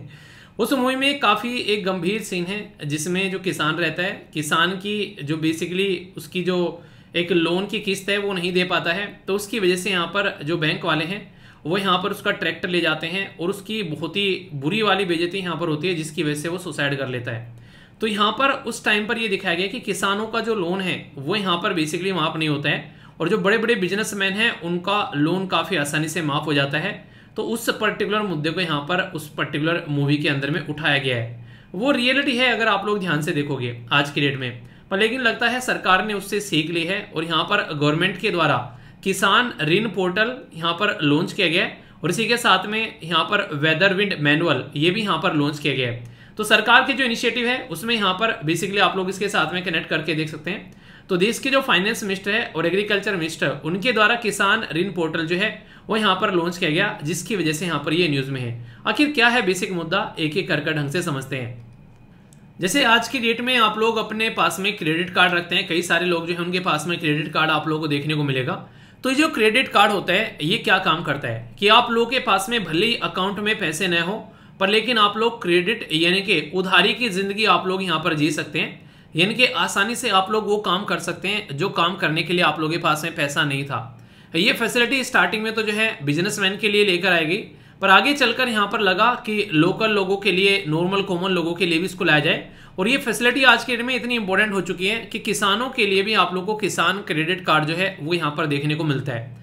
तो उसी किसान क्रेडिट कार्ड के ऊपर में अभी यहाँ पर सब्सिडाइज लोन देने की बात की जा रही है, यानी कि सब्सिडी यानी कि उनको छूट मिलेगी अगर कोई ऐसा लोन लेता है। तो यहाँ पर क्या किया जा रहा है कि कई सारे जो डिपार्टमेंट है वो मल्टीपल गवर्नमेंट डिपार्टमेंट कोलैबोरेट कर रहे हैं और इसके चलते गवर्नमेंट का जो कॉम्प्रिहेंसिव डेटा है वो इकट्ठा किया जा रहा है किसानों से रिलेटेड, और फिर यहाँ पर क्या क्या लोन से रिलेटेड जो चीज़ें हैं वो देखने को मिलेगी और किस तरीके से यहाँ पर ये सबवेंशन यानी कि एक तरीके से यहाँ पर जो छूट यहाँ पर आप लोगों को देखने को मिलेगी, ये आप लोगों के सामने यहाँ पर अलग अलग तरीके से यूटिलाइज करते हुए किसान जो है वो नजर आएंगे। सबसे बेसिक पर्पज यहाँ पर क्या है, सबसे बेसिक पर्पज ये कि कैसे एग्रीकल्चर यानी कि हमारे देश में जो खेती बाड़ी है उसकी एफिशिएंसी को आप लोगों को बढ़ाना है। ठीक है, तो उसके प्रति यहाँ पर आप लोगों को ये पूरा सिस्टम देखने को मिलेगा। इसी के साथ में जो सबसे इंपॉर्टेंट चीज है यहाँ पर वो है weather information network data system, जिसको विंड्स का नाम दिया गया है। किसी भी किसान के लिए सबसे इंपॉर्टेंट क्या होता है, वो होता है मौसम की जानकारी, बारिश की जानकारी। तो इसी चीज को ध्यान में रखते हुए सरकार के द्वारा खुद से यहाँ पर ये सिस्टम पर्टिकुलर लॉन्च किया गया ताकि जो किसान है उनके लिए एक प्रॉपर पर्टिकुलर इंफॉर्मेशन प्रोवाइड कराया जा सके वेदर फोरकास्टिंग के बारे में, यानी कि मौसम का जानकारी दी जा सके, जिसको कहते हैं कि भविष्यवाणी करना। तो ये ministry of agriculture and farmer welfare जो है उसके द्वारा यहाँ पर ये सिस्टम ये जुलाई 2023 में इसको इंप्लीमेंट किया गया, बेसिकली लॉन्च किया गया। इसके बेस पर यहाँ पर क्या क्या कंडीशन देखने को मिलेगी कि वेदर रिलेटेड इन्फॉर्मेशन यानी कि मौसम की जानकारी किसानों तक पहुंच जानी चाहिए। ये पर्टिकुलर विंड पोर्टल के थ्रू ये यहाँ पर कोशिश की जा रही है, जिसके चलते यहाँ पर आप लोगों को देखने को मिलेगा कई सारी जो इंश्योरेंस स्कीम है वो भी यहाँ पर किसानों के लिए चलाई जाती है। अगर कल को कोई डिजास्टर आता है, सोचो अभी कल को चलकर कोई यहाँ पर कोस्टल एरिया में अगर हम लोग बात करें तो कई सारे साइक्लोन आते हैं, ऐसी सिचुएशन देखने को मिलती है, और भी कई सारी दिक्कत अलग अलग एरिया में आप लोगों को यहाँ पर देखने को मिलेगी। तो यहाँ पर बाढ़ आ गई, सारी कृषि बहा गई, यहाँ पर कभी यहाँ पर आप लोगों को देखने को मिलेगा बहुत बुरी कंडीशन हो जाती है जब हम लोग यहाँ पर बात करते हैं कि बारिश बहुत ज्यादा हो जाती है, ठीक है। तो इसकी वजह से यहाँ पर जो दिक्कत आती है उसको यहाँ पर फुलफिल किया जाएगा और एक प्रॉपर प्लानिंग करके रिस्क फ्री एग्रीकल्चर खेती आप लोगों को यहाँ पर दिलाने की कोशिश की जाएगी, असेसमेंट करके कि यहाँ पर ऐसे कुछ होगा तो क्या काम का हम लोग यहाँ पर कर सकते हैं। तो ये पूरा मुद्दा आप लोगों को यहाँ पर देखने को मिलेगा। तो जो किसानों के पास में किसान का जो क्रेडिट कार्ड था उसको यहाँ पर आगे लेकर चलकर इस पर्टिकुलर स्कीम के थ्रू यहाँ पर कनेक्ट करने की कोशिश की जा रही है। अच्छा, आप लोगों से पूछूं कि यहाँ पर जो किसान का जो ये क्रेडिट कार्ड है ये किस ईयर में यहाँ पर लॉन्च किया गया था, चलिए बताइए, देखता हूँ कौन सी आंसर देता है। यानी कि आप लोगों के पास में ऑप्शन है 2000 से पहले लॉन्च किया गया था या फिर 2000 के बाद में लॉन्च किया गया, 2010 के पहले लॉन्च किया गया या फिर 2010 के बाद में लॉन्च किया गया। मतलब आप लोगों को एक ऐसा नहीं कि मैं डेट पूछ रहा हूँ डायरेक्टली, पर आप लोगों को से एक अंदाजा जानना चाह रहा हूँ कि कब इसको लॉन्च किया गया था, ताकि अगर कल को क्वेश्चन बने तो एटलीस्ट आप लोगों के मन में अंदाजा तो रहे। एग्जैक्ट अगर ईयर भी निकल जाए तो ये काफी इंपॉर्टेंट हो जाता है। तो याद रखना ये जो पर्टिकुलर लॉन्च किया गया था ये 1998 में बेसिकली लॉन्च किया गया था किसान को सपोर्ट प्रोवाइड कराने के लिए। अगर कोई अपनी खेती बाड़ी करना चाहता है, कल्टीवेशन वगैरह, या फिर वो सीड यानी कि बीज खरीदना चाहता है या फिर कोई और इनपुट डालना चाहता है अपने एग्रीकल्चर के अंदर में, तो ये चीजें देखने को मिली, ठीक है। स्कीम जो है वो बाद में इसके अंदर में इसको आप लोगों को बताया जो फिशरी है, फिशर जो आज की डेट में 2018-19 में जो मछली पालन वाले किसान हैं उनके लिए भी इसको यहाँ पर बेसिकली आगे एक्सटेंड कर दिया गया ताकि ज्यादा से ज्यादा लोग जो है यहाँ पर फायदा उठा सकें। और अभी यहाँ पर सबसे इंपॉर्टेंट चीज आप लोगों को देखने को मिलेगी कि जो किसान का क्रेडिट कार्ड है अब उसको यहाँ पर एटीएम के साथ में भी कनेक्ट कर दिया गया है, यानी कि एटीएम इनेबल्ड रुपया डेबिट कार्ड यहाँ पर दिया जा रहा है, उससे और ज्यादा फायदा देखने को मिलेगा। ये स्कीम इस तरीके की सबसे इंपॉर्टेंट क्यों होती है यहाँ पर, क्योंकि किसान हमारे देश के अंदर में अगर बात करोगे बहुत बड़ा सेक्शन है और काफी लार्ज स्केल पर किसान जो है वो समस्या के टाइम पर अपनी जान भी गंवाते हुए नजर आते हैं। तो इसलिए सब मिलकर यहाँ पर साथ में आ रहे हैं और किसानों की हेल्थ के बारे में बात कर रहे हैं। तो यहाँ पर कमर्शियल बैंक रह गए या फिर रीजनल रूरल बैंक हो गए या फिर स्मॉल फाइनेंशियल बैंक या फिर कोऑपरेटिव्स हो गए, तो सारे साथ मिलकर आ रहे हैं और सारे किसानों को सपोर्ट प्रोवाइड कराने की बात यहाँ पर करते हैं किसान क्रेडिट कार्ड स्कीम के तहत में। तो बहुत ही बेसिक सा और इंपॉर्टेंट क्वेश्चन आप लोगों से एग्जाम में पूछा जा सकता है। जैसे कि क्वेश्चन आप लोगों के सामने पूछा जा सकता है कि मतलब पूछा गया है, ठीक है। इंपॉर्टेंट बात क्या है, कोई अगर बोलने लगे कि सर 1998 की स्कीम लॉन्च की गई थी और 2020 में क्वेश्चन पूछा गया, मतलब हम लोगों को 20-30 साल का करंट अफेयर कवर करके जाना है क्या सर? ये ऐसी बात जो कोई बोलता है वो इतना बड़ा बुद्धू है, उसको यहाँ पर ये सोचना चाहिए कि अभी थोड़ा सा दिमाग खोल और बुद्धि का इस्तेमाल कर कर सोच कि यहाँ पर कोई भी चीज जो है वो कितनी भी पुरानी क्यों ना हो, अगर फिर से अगर न्यूज में आ गई है तो उसके ऊपर क्वेश्चन बनेगा। ये आप लोग याद रखना, यानी कि न्यूज में अगर आ गया है कोई भी मुद्दा तो उसके ऊपर क्वेश्चन बनना आप लोगों का लाजमी आप लोगों को देखने को मिलेगा। तो उसके हिसाब से आप लोग अपने प्रिपरेशन को लेकर चलिए। किसान क्रेडिट कार्ड के बारे में कितना इंटरेस्टिंग क्वेश्चन पूछा गया, कॉमन सेंस का क्वेश्चन है कतई, मतलब एक स्टेटमेंट पकड़ लो तो पूरे क्वेश्चन को आप लोग पटक पटक कर मारोगे। और वो स्टेटमेंट क्या है, बोला क्या गया यहाँ पर, देखो कि यहाँ पर ये वाला नहीं, अच्छा हाँ ये तो वाला परचेज ऑफ द, जो अब यहाँ पर जो किसान क्रेडिट कार्ड है उसका इस्तेमाल कैसे कर सकते हैं। तो यहाँ पर परचेज की बात की जा रही है, कंबाइन हार्वेस्टर और ट्रैक्टर और मिनी ट्रक, इसके चलते यहाँ पर ये यूज किया जाएगा। आप लोग क्या लगता है जब आप लोग क्रेडिट कार्ड लाते हैं तो यहाँ पर नॉर्मली क्या करता है इंसान, ये थोड़ा ना कि क्रेडिट कार्ड से जो है वो गाड़ी खरीद लेगा जाकर, ठीक है। तो उसका नॉर्मल किराया रहता है, जो डे बाय डे की चीजें होती है उनसे वो अपना काम कर पाते हैं। तो यहाँ पर उसके बेस पर भी आप लोग देखेंगे तो किसान क्रेडिट कार्ड जो है वो छोटी छोटी उसकी आवश्यकताओं की पूर्ति के लिए दिया गया था, ना कि यहाँ पर इतनी बड़ी आवश्यकता कि यहाँ पर ट्रैक्टर खरीद ले, ठीक है। तो अगर ये स्टेटमेंट भी कॉमन सेंस से आप लोग यहाँ पर हटा पाते हैं तो 1, 3, 4, 5 ये आप लोगों को देखने को मिलेगा। बेसिकली आंसर क्या हो गया, 5 में क्या बोला गया, construction of the family house और इसी के साथ में setting of the village cold storage. यहाँ पर ये बड़े बड़े काम के लिए नहीं, बस छोटे छोटे काम के लिए यहाँ पर दिया गया था। तो आंसर क्या हो गया, आंसर यहाँ पर बी हो गया, ठीक है। तो ये काफी इंपॉर्टेंट है कि कॉमन सेंस से आप लोग क्वेश्चन के आंसर दे सकते हैं। अगर थोड़ा भी आप लोग चीजों को अंडरस्टैंड करेंगे, उस टॉपिक को अंडरस्टैंड करेंगे, तो काफी अच्छे से आप लोग आंसर देते हुए नजर आएंगे। एक और इंटरेस्टिंग क्वेश्चन आप लोगों के लिए यहाँ पर ये क्रिएट किया गया बेसिकली आप लोगों के लिए। बोला गया कि which of the following statement is not correct with reference to the Kisan credit card, ये बोला गया है। तो बोला गया कि इंट्रोड्यूस किया गया है after the green revolution, provide कराने के लिए टाइमली क्रेडिट और सपोर्ट टू द फार्मर, ये बोला गया है। ठीक है, यानी कि introduce after the green revolution, ताकि ये काम हो सके यहाँ पर। ठीक है, स्कीम जो है वो एक्सटेंड करती है कवर करने के लिए इन्वेस्टमेंट क्रेडिट रिक्वायरमेंट। 2004 में इसको भी एक्सटेंड कर दिया गया और यहाँ पर एक्सटेंड किया गया फिशरी और एनिमल हस्बेंड्री के लिए भी। तो कौन सी स्टेटमेंट जो है वो करेक्ट है, ये बताना है। ठीक है, तो ये अभी मैंने आप लोगों को पढ़ाई, ये स्टेटमेंट क्या है, ये बिल्कुल करेक्ट है, आप लोगों को देखने को मिलेगी। ठीक है, तो यहाँ पर इसी के साथ में क्या इसकी ये करेक्ट है, जी हाँ ये भी करेक्ट है। तो इसका मतलब हमने गलत पढ़ लिया क्या, जी हाँ यार नोट लिखा हुआ है। ठीक है और ये 1998 में आप लोगों को देखने को मिला। आप लोगों से क्वेश्चन मेरा ये है कि हमारे देश के अंदर में ग्रीन रिवोल्यूशन जो है वो कब लेकर आया गया था, ये आप लोगों को बताना है। इससे पता चलेगा कि आप लोग थोड़ा सा तो चीजों के साथ में कनेक्ट है और आप लोग समझ पाओगे कि 1998 कहाँ और कहाँ ग्रीन रिवोल्यूशन। तो अगर ये कॉमन सेंस भी रहेगी तो आप लोग तुरंत पकड़ लोगे कि हाँ यार क्वेश्चन का आंसर ये गलत है। बाकी यहां पर बात की जा रही है किसान, एक सेकेंड यार इसको क्या हो रहा है, यहां पर बात की जा रही है किसके बारे में, किसान ऋण पोर्टल के बारे में, यानी कि किसानों के द्वारा जो ऋण लिया जाता है उससे रिलेटेड पोर्टल। तो यहां पर पोर्टल जो है वो हेल्प करेगा किसानों को सब्सिडाइज लोन लेने में, किसान जो क्रेडिट कार्ड के थ्रू। इसी के साथ में यहां पर ये ऑफर कर रहा है comprehensive view of farmer data, loan disbursement, specific interest subvention claim, इन सब के लिए भी। और यहाँ पर ये सीमलेस इंटीग्रेशन देखने को मिल रहा है बैंक के साथ में, ताकि एग्रीकल्चर क्रेडिट जो है उसको प्रोवाइड कराया जा सके। आंसर बोला गया ऑल ऑफ द अबो, या फिर तो सही आंसर क्या है, ये सारी की सारी फैसिलिटी आप लोग यहाँ पर किसान ऋण पोर्टल के थ्रू देखने को मिलेगी। ये आप लोग यहाँ पर याद रख सकते हैं। तो क्वेश्चन काफी इंटरेस्टिंग भी है और इंपॉर्टेंट भी है, क्वेश्चन डायरेक्ट बन सकता है एग्जाम में। नेक्स्ट क्वेश्चन यहाँ पर पूछा गया किसके बारे में, ऋण पोर्टल के बारे में, विंड पोर्टल के बारे में। और विंड के बारे में मैंने भी आप लोगों को बताया कि यहाँ पर क्या था कि weather information network data system, इसके फुल फॉर्म आप लोगों को देखने को मिलेगी। ये लॉन्च किया गया जुलाई 2023 में ministry of electronics information and technology के द्वारा। एम क्या है, एडवांस वेदर फोरकास्टिंग के बारे में बात की जा रही है। इसी के साथ में इसका गोल है ब्रिज करने के लिए जो गैप है वेदर इंफॉर्मेशन और जो इंपावर करने के लिए डिसीजन मेकर। और यहाँ पर जो इनिशिएटिव है वो टारगेट करता है वाइड जो network of the weather station, ताकि यहाँ पर हर एक लेवल पर ग्राम तक भी चीजों को पहुंचाया जा सके। तो सबसे इंपॉर्टेंट मुद्दा क्या है, आप लोगों से स्टेटमेंट को इस तरीके से पूछा जाएगा कि आप लोग कंफ्यूज आ जाओगे कि यार लग रहा है सही है जो ये तो पढ़ा था हम लोगों ने, पर आगे की नहीं देखोगे कि ministry of electronics and information technology थी या फिर ministry of agriculture and farmer welfare थी। ये चीज आप लोगों को यहाँ पर समझनी है। ये डायरेक्ट क्वेश्चन आप लोगों को यहाँ पर देखने को मिलते हैं इस तरीके के, तो इसलिए इसके बारे में कोई भी डाउट आप लोगों को नहीं होना चाहिए। तो ये जो स्टेटमेंट है ये स्टेटमेंट आप लोग यहाँ पर गलत हो गई। ठीक है, तो इस तरीके से कोई भी कंफ्यूजन आप लोगों को नहीं होना चाहिए। टॉपिक को पढ़ना और टॉपिक की क्वेश्चन प्रैक्टिस करना दोनों में धरती आसमान का फर्क होता है। यानी कि अगर आप लोग टॉपिक को पढ़ने के बाद में एक बार क्वेश्चन प्रैक्टिस कर दोगे तो उस टॉपिक की मेमोरी आप लोगों के मन में लंबे समय तक रहेगी, उसको भूलोगे नहीं।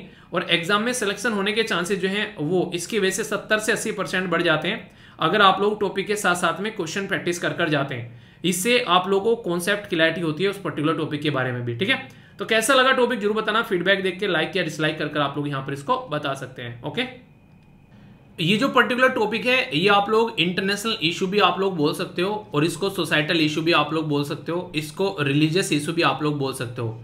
जब रिलीजन के बारे में बात करते हैं हमारे संविधान के बारे में, तो पार्ट 3 में फंडामेंटल राइट है, आर्टिकल 12 से लेकर आर्टिकल 35 तक का। उसमें जब आप लोग बात करोगे तो आप लोग को आर्टिकल रिलीजन से रिलेटेड कौन कौन से आर्टिकल हैं आप लोग को ये बताना है।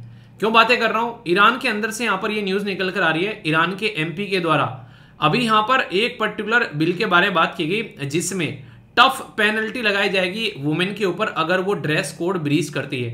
यानी कि कोई भी महिला जो है वो यहां पर ड्रेस कोड के बिना जो है वो घर से बाहर नहीं निकलेगी। जैसे कि ड्रेस कोड में अगर बात करें तो यहां पर हिजाब जो है उसको काफी इंपॉर्टेंट बताया गया है। तो यानी कि हिजाब और इसी के साथ में शुद्धता के बारे में बात की जा रही है और इसी के लिए यहाँ पर इनके द्वारा जो है ये बिल लेकर आया गया। तो काफी इंपॉर्टेंट है यहाँ पर ये, अगर इसके बारे में आप लोग बात करेंगे तो यहाँ पर ये पर्टिकुलर अगर आप लोग देखोगे 10 साल तक का यहाँ पर जो है जेल में डालने की बात की जा रही है। यानी कि एक साइड में तो हम लोग मॉडर्निटी के बारे में बात कर रहे हैं, पर लेकिन एक साइड में यहाँ पर ये और रिग्रेस इम्प्रिजनमेंट की बात की जा रही है अगर जो यहाँ पर इस्लामिक जो ड्रेस कोड है उसको अगर फॉलो नहीं करती है महिला, तो उसकी वजह से यहाँ पर ये न्यूज में आया जिसके बारे में आप लोग याद रख सकते हैं। ठीक है, इंटरनेशनल रिलेशन के बारे में बात करें तो ये मैंने आप लोगों से डिस्कस किया यहाँ पर इंडिया और यूएसए के बारे में, तो ये इंडियन एक्सप्रेस के अंदर भी कवर किया गया और अभी हिंदू के अंदर भी। जो बाइडेन साहब को इन्विटेशन गया है यहाँ पर रिपब्लिक डे के लिए, ठीक है। तो हमारा रिपब्लिक डे गणतंत्र दिवस वो दिन है जिसमें हमारा संविधान जो है वो संपूर्ण रूप से इंप्लीमेंट किया गया था। तो इसके चलते यहाँ पर जो बाइडेन साहब जो है उनको इन्विटेशन किया है। आप लोगों को ये बताना इससे पहली बार यहाँ पर कौन हमारे देश में आया था, ठीक है। ये बताइए यूएसए के प्रेसिडेंट क्या इससे पहले यहाँ पर आए थे, तो यहाँ पर आप लोगों को ये बताना है, ठीक है। अगर बात करें यहाँ पर मिस्टर जो बाइडेन जो है वो अभी उनका आप लोगों को देखने को मिला यहाँ पर हमारे देश की विजिट पर आए थे और 2024 में वो इंडिया में विजिट करने वाले हैं क्वाड की मीटिंग के लिए भी, ठीक है। तो ये आप लोग यहाँ पर याद रखिएगा। इसी के साथ में क्वाड की मीटिंग में आप लोगों को इंडिया, जापान और ऑस्ट्रेलिया भी देखने को मिलते हैं। तो मिलकर काम करते हैं यहाँ पर इस क्वाड्रिलेटरल डायलॉग के अंदर में। 2007 में पर्टिकुलर ये डायलॉग जो है ये शिंजो एबे थे उस टाइम पर जापान के प्राइम मिनिस्टर, उनके द्वारा इसको आगे रखा गया था कि ऐसा कुछ यहाँ पर होना चाहिए, ठीक है। तो ये है बेसिक जिसके बारे में आप लोग याद रखिएगा। अभी यहाँ पर बड़ी बड़ी कंपनी जो है वो अपना एक तरीके से कंपटीशन में लगी हुई है। तो व्हाट्सएप भी कंपटीशन में आ गया। एक तो चैनल उसने लॉन्च कर दिया जो मैंने अभी आप लोगों को बताया, दूसरा अपना पेमेंट ऐप के बारे में भी यहाँ पर बात की जा रही है। तो ये काफी इंपॉर्टेंट है यहाँ पर, जिसके चलते इसके बारे में आप लोग यहाँ पर याद रखते हैं। तो व्हाट्सएप अपना ये बेसिकली क्रेडिट कार्ड तक ऑफर करने यहाँ पर जा रहा है इंडिया के अंदर में। तो यहाँ पर ये मेटा के द्वारा ऑन किया गया ये सिस्टम है जो कि यहाँ पर 500 से ज्यादा मिलियन यूजर आप लोगों को यहाँ पर इसके ऊपर देखने को मिलेंगे। तो व्हाट्सएप जो है वो काफी इंपॉर्टेंट है। तो यहाँ पर अगर बात करें जो रेगुलेटर हैं जो कैप कर रहे हैं बेसिकली व्हाट्सएप को कि पे कर सकते हैं एक तरीके से WhatsApp pay service to only 100 million people, ठीक है। तो यहाँ पर आज की डेट में अगर बात करें आप लोग देखते हैं कई सारे पेमेंट सिस्टम है। तो अल्फाबेट जो गूगल का, ठीक है, इसी गूगल पे आप लोग देखते हैं, पेटीएम देखते हैं, वोलमार्ट, फोन पे देखते हैं। तो ये ऑलरेडी है। तो व्हाट्सएप भी कॉम्पिटिशन में यहाँ पर आ रहा है, ठीक है। तो देखते हैं यहाँ पर किस तरीके से बातें चलती हैं। तो लोग जो है पेटीएम को छोड़कर क्या व्हाट्सएप का इस्तेमाल करेंगे, तो देखने वाली बात होगी, ठीक है। एग्रीकल्चर के बारे में काफी इंपॉर्टेंट न्यूज है यहाँ पर। जो प्याज का भाव है वो आप लोगों को यहाँ पर बढ़ता हुआ नजर आएगा। और आप लोग ये नोटिस करना सितंबर और अक्टूबर में हर साल आप लोगों को प्याज का भाव जो है सितंबर अक्टूबर हर साल प्याज का भाव जो है वो आप लोगों को बढ़ता हुआ नजर आएगा। इसके पीछे हमारी सोसाइटी की कंडीशन आप लोगों को देखने को मिलती है। ये अभी स्कार्सिटी काफी ज्यादा है, स्कार्सिटी यानी कि काफी ज्यादा कमी है मार्केट के अंदर में ओनियन की, और कई बार तो ये क्रिएट करने की कोशिश की जाती है, ठीक है। अगर मार्केट में कमी हो जाएगी तो भाव यानी कि प्राइस जो है वो अपना बढ़ जाएगा, ये आप लोग समझ सकते हैं। All India agriculture producer markets जो कमेटी है उसने यहाँ पर इसके बारे में बातें की है। Trade union Maharashtra district announce किया था सस्पेंशन ऑफ द ऑक्शन। तो कई सारे मुद्दे आप लोगों को देखने को मिलते हैं। जो रीजन है रिसेंट के वो decision by the union government increase करने के लिए export duty on the kitchen, जो किचन के ऊपर यहाँ पर 30% जो मेजर जो लिए गए हैं ये 31 दिसंबर तक आप लोगों को देखने को मिलेंगे। 25 जो यहाँ पर आज के डेट में एग्रीकल्चर मार्केट प्रोड्यूस जो कमेटी है यहाँ पर बेसिकली, ठीक है, तो वो यहाँ पर डायरेक्ट कर रही है कि किस तरीके से स्ट्राइक पर जाना है इन चीजों को कंट्रोल करने के लिए, ताकि प्राइस जो है उसको भी डाउन किया जा सके। ओनियन का प्राइस अक्रॉस द कंट्री जो है वो कंट्रोल करने की कोशिश की जाती है। अभी टमाटर का प्याज बढ़ रहा था ना, टमाटर का भाव बढ़ रहा था, ठीक है। बाकी इंपॉर्टेंट बात क्या है हमारे देश के अंदर में, अगर आप लोगों से पूछे कहाँ कहाँ पर इसके जो भाव हैं, भाव मतलब कहाँ कहाँ पर इसके भाव कम रहते हैं, तो वहां पर कम रहेंगे जहां जहां पर ये पाया जाता है, ठीक है। तो जैसे महाराष्ट्र, कर्नाटका, मध्य प्रदेश, गुजरात, बिहार, आंध्र प्रदेश, राजस्थान, हरियाणा। महाराष्ट्र हमारे देश के अंदर में टॉप प्रोड्यूसर आप लोगों को देखने को मिलेगा। बेचते किस किसको है, बांग्लादेश, मलेशिया, यूएई, श्रीलंका, नेपाल और इंडोनेशिया, ठीक है। तो ये आप लोग यहाँ पर समझ सकते हैं। There are 3 main harvesting season onion के, ये आप लोग खरीफ में देखने को मिलेंगे, लेट खरीफ में और रबी क्रॉप में। तो ये आप लोग यहाँ पर समझ सकते हैं। ईयरली जो कंजप्शन है इंडिया के अंदर में भी 160 ये लाख टन देखने को मिलेगा। शायद तो कोई सब्जी ऐसी होगी जिसके अंदर में प्याज का छोंका लगाकर उसको नया बनाया गया हो, ठीक है, आप लोग बता सकते हैं यहाँ पर। बाकी सैलेड वगैरह में तो लोग नॉर्मली यहाँ पर खाते हुए नजर आते ही हैं, ठीक है। तो बड़ी ही बेसिक सी इन्फॉर्मेशन है। बाकी यहाँ पर जो बार बार बात की जा रही थी वो थी एग्रीकल्चर जो बेसिकली प्रोड्यूस मार्केट कमेटी के बारे में। तो ये मार्केटिंग कमेटी है जो कि ऑपरेट करती है गवर्नमेंट ऑफ इंडिया के अंदर में, इंट्रोड्यूस करती है सेफगार्ड फार्मर के लिए ताकि उनका कोई एक्सप्लॉइटेशन न हो सके। यहाँ पर प्राइस को किस तरीके से यहाँ पर अनरीजनेबल जो आगे प्राइस न बढ़े उसको कैसे कंट्रोल करना है, और इंट्रोड्यूस करती है farmer producer trade and commerce promotion facilitation act 2020 का, आप लोगों ने देखा, ठीक है, ताकि यहाँ पर चीजों को ये टैकल किया जा सके जो खासकर मंडीज वगैरह के बारे में बातें करते हैं, ठीक है। तो ये काफी इंपॉर्टेंट है, हल्का सा आइडियाज के बारे में आप लोग रख सकते हैं, कंफ्यूज आना कतई नहीं है, ठीक है। बाकी गवर्नमेंट स्कीम के बारे में जो मैंने आप लोगों से डिस्कस किया यहाँ पर, ये दोनों याद रखिएगा। यहाँ पर आप लोगों से क्वेश्चन भी डायरेक्ट पूछा जा सकता है।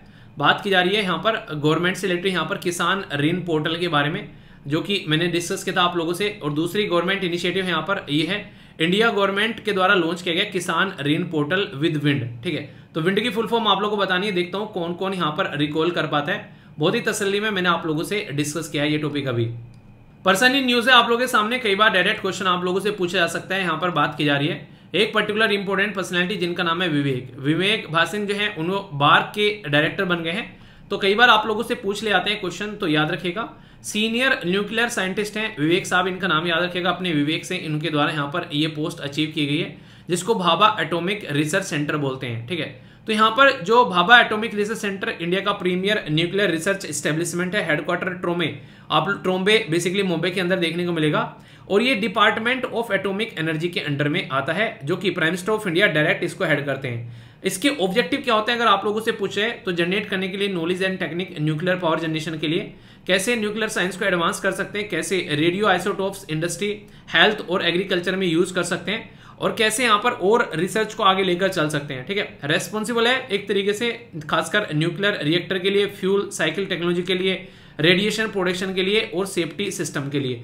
तो इनके ऊपर काम करने के लिए यहाँ पर आप लोग इनको जान सकते हैं। इसी के साथ में जो इंपॉर्टेंट बात है यहाँ पर ये सेंटर, तो यहाँ पर होमी जहांगीर भाभा जी का नाम आप लोगों ने सुना होगा, उनके नाम पर भाभा ये बेसिकली एटॉमिक सेंटर आप लोगों को देखने को मिलता है, जो स्टैब्लिश किया गया Tata institute of fundamental research के द्वारा 1945 में। ठीक है, तो इसी के साथ में यहाँ पर जो डॉक्टर भाभा थे इनके नाम पर ये देखने को मिला। और यहाँ पर इसी के साथ में एटॉमिक एनर्जी जो यहाँ पर ये एक तरीके से एक्सप्लोर करने का काम करते हैं। यहाँ पर एटॉमिक एनर्जी स्टैब्लिशमेंट जो ट्रोमे के अंदर में है, ये 1954 में स्टैब्लिश किया गया। उनकी डेथ के बाद में यहाँ पर नाम जो है भाभा एटॉमिक सेंटर यहाँ पर कर दिया गया था। ठीक है, तो यानी कि इसका नाम जो है वो चेंज यहाँ पर आप लोग बोल सकते हो, ताकि उनको डेडिकेट इसको किया जा सके। ठीक है, तो ये एक इंपॉर्टेंट बेसिकली क्वेश्चन था, याद रखिएगा। ओके, आइए अब आप लोग का स्कोर को बूस्टर करते हैं। यहाँ पर सबसे पहला क्वेश्चन आप लोगों के सामने यहाँ पर बात की जा रही है जूनो के बारे में। तो बोला गया कि जूनो स्पेस क्राफ्ट जो है which was recently seen in the news was launch by, किसके द्वारा लॉन्च किया गया था? NASA, European space agency ISRO, या फिर रोसकोसमोस। सही आंसर क्या है आप लोग को बताना है। क्वेश्चन सारे देख लिया करो स्टार्टिंग से एंड तक और बताया करो कितने क्वेश्चन करेक्ट हुए। किसान क्रेडिट कार्ड के बारे में एक क्वेश्चन हो रहा है आप लोगों के लिए, अटेम्प्ट करना है आप लोगों को। तो बात की जा रही है यहाँ पर, ये सब्सिडाइज लोन जो होता है किसानों को देता है, और इसी के साथ में सीमलेस इंटीग्रेशन भी आप लोगों को यहाँ पर देखने को मिलता है। बेसिकली जब यहाँ पर इफिशिएंसी को एक मोर फोकस और इफिशिएंसी के साथ में एग्रीकल्चर क्रेडिट प्रोवाइड कराना हो। Only one, only two, both, या फिर नन, क्या है सही आंसर बताइए। इंटरेस्टिंग है यहाँ पर बात की जा रही है गवर्नमेंट ऑफ इंडिया का लॉन्च किया गया विंस पोर्टल।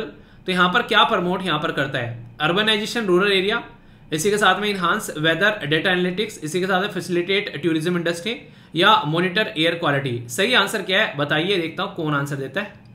नेक्स्ट क्वेश्चन आप लोगों के सामने यहाँ पर बात की जा रही है भाभा एटॉमिक रिसर्च सेंटर के बारे में।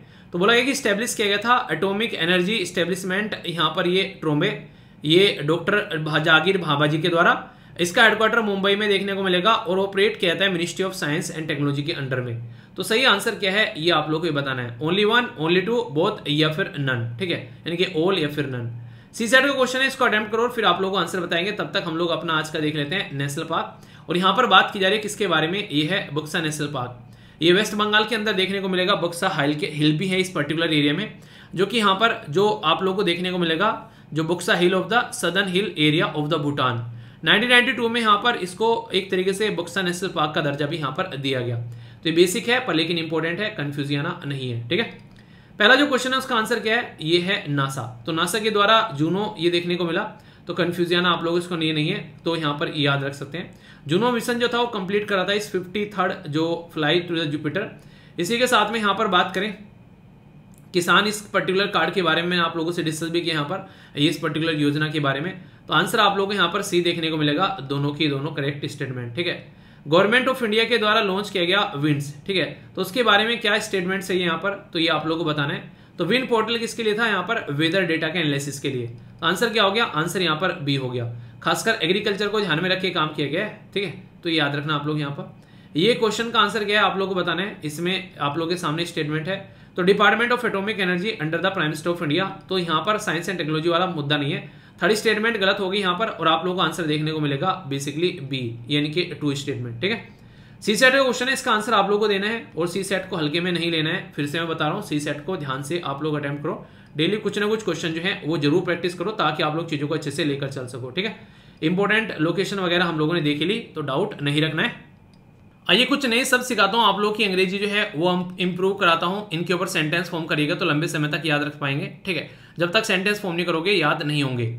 पहला शब्द यहाँ पर बात की जा रही है इंडायरेक्ट के बारे में, ये होता है दोषी ठहराना। ठीक है, यानी कि इस इंसान को आरोपी ठहरा दो, इसने हरकतें की है। ठीक है, नेक्स्ट यहाँ पर मेजली, इसका मतलब होता है अल्प यानी कि तुच्छ यानी कि कम। बोल्ट यानी कि एक तरीके से किसी के ऊपर दाग लगना, कलंक लगना, धब्बा लगना। ठीक है, ये ऐसा होता है कि एक तरीके से ना इसने हमारी इज्जत बेकार कर दी, कलंक लगा दिया। नेक्स्ट शब्द आप लोगों के सामने यहाँ पर ये है प्रोक्यूअल, इसका मतलब होता है संकीर्ण यानी कि छोटी सोच वाला इंसान।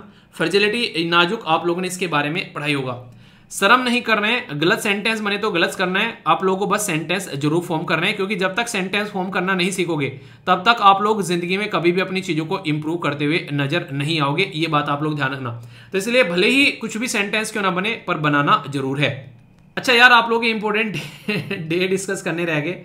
एक वर्ल्ड अल्जाइमर डे है, never too early never too late. ठीक है, तो आप लोगों को प्रिपरेशन में भी आप लोग इसको मोटिवेशन कोटेशन की तरीके से ले सकते हैं। ये इसकी थीम है, ये 2012 में लॉन्च किया गया था। और इसी के साथ में यहाँ पर आज है international day of peace and इसको आप लोग वर्ल्ड पीस डे के नाम से भी जानते हैं। ठीक है, तो यहाँ पर इसका action for peace over ambition for the global goal, तो ये आप लोग यहाँ पर इसकी थीम नजर आएगी। तो काफी इंपॉर्टेंट है, हल्का सा याद रखिएगा। और सॉरी एक्सट्रीमली स्टार्टिंग में याद नहीं आया यार, ठीक है ना। कैसा लगा आज का डिस्कशन जरूर बताना। और जो भी डिस्कस किया है उसका टेस्ट देने के लिए आप लोग एप्लीकेशन पर जा सकते हैं। शाम को 5 बजे आप लोगों को क्विज देखने को मिलता है, तो उसको में आप लोग जरूर पार्टिसिपेट करिए। और फिर वीकली टेस्ट होता है इसी क्विज से, जिससे कि आप लोगों को ये पता चलता है कितने अच्छे से आप लोगों ने सुना है। कुछ बच्चे कह रहे हैं कि सर इसको मंथली भी स्टार्ट कर दो, ये मंथली भी हो जाएगा अगर आप लोग बोलोगे, पर लेकिन पार्टिसिपेट जरूर करो। ठीक है, फ्री ऑफ कॉस्ट है। मंथली अगर करेंगे तो उसमें लगभग 100 के करीब क्वेश्चन आप लोगों को देखने को मिल जाएंगे पूरे महीने के, तो अच्छा टेस्ट आप लोगों को हो जाया करेगा।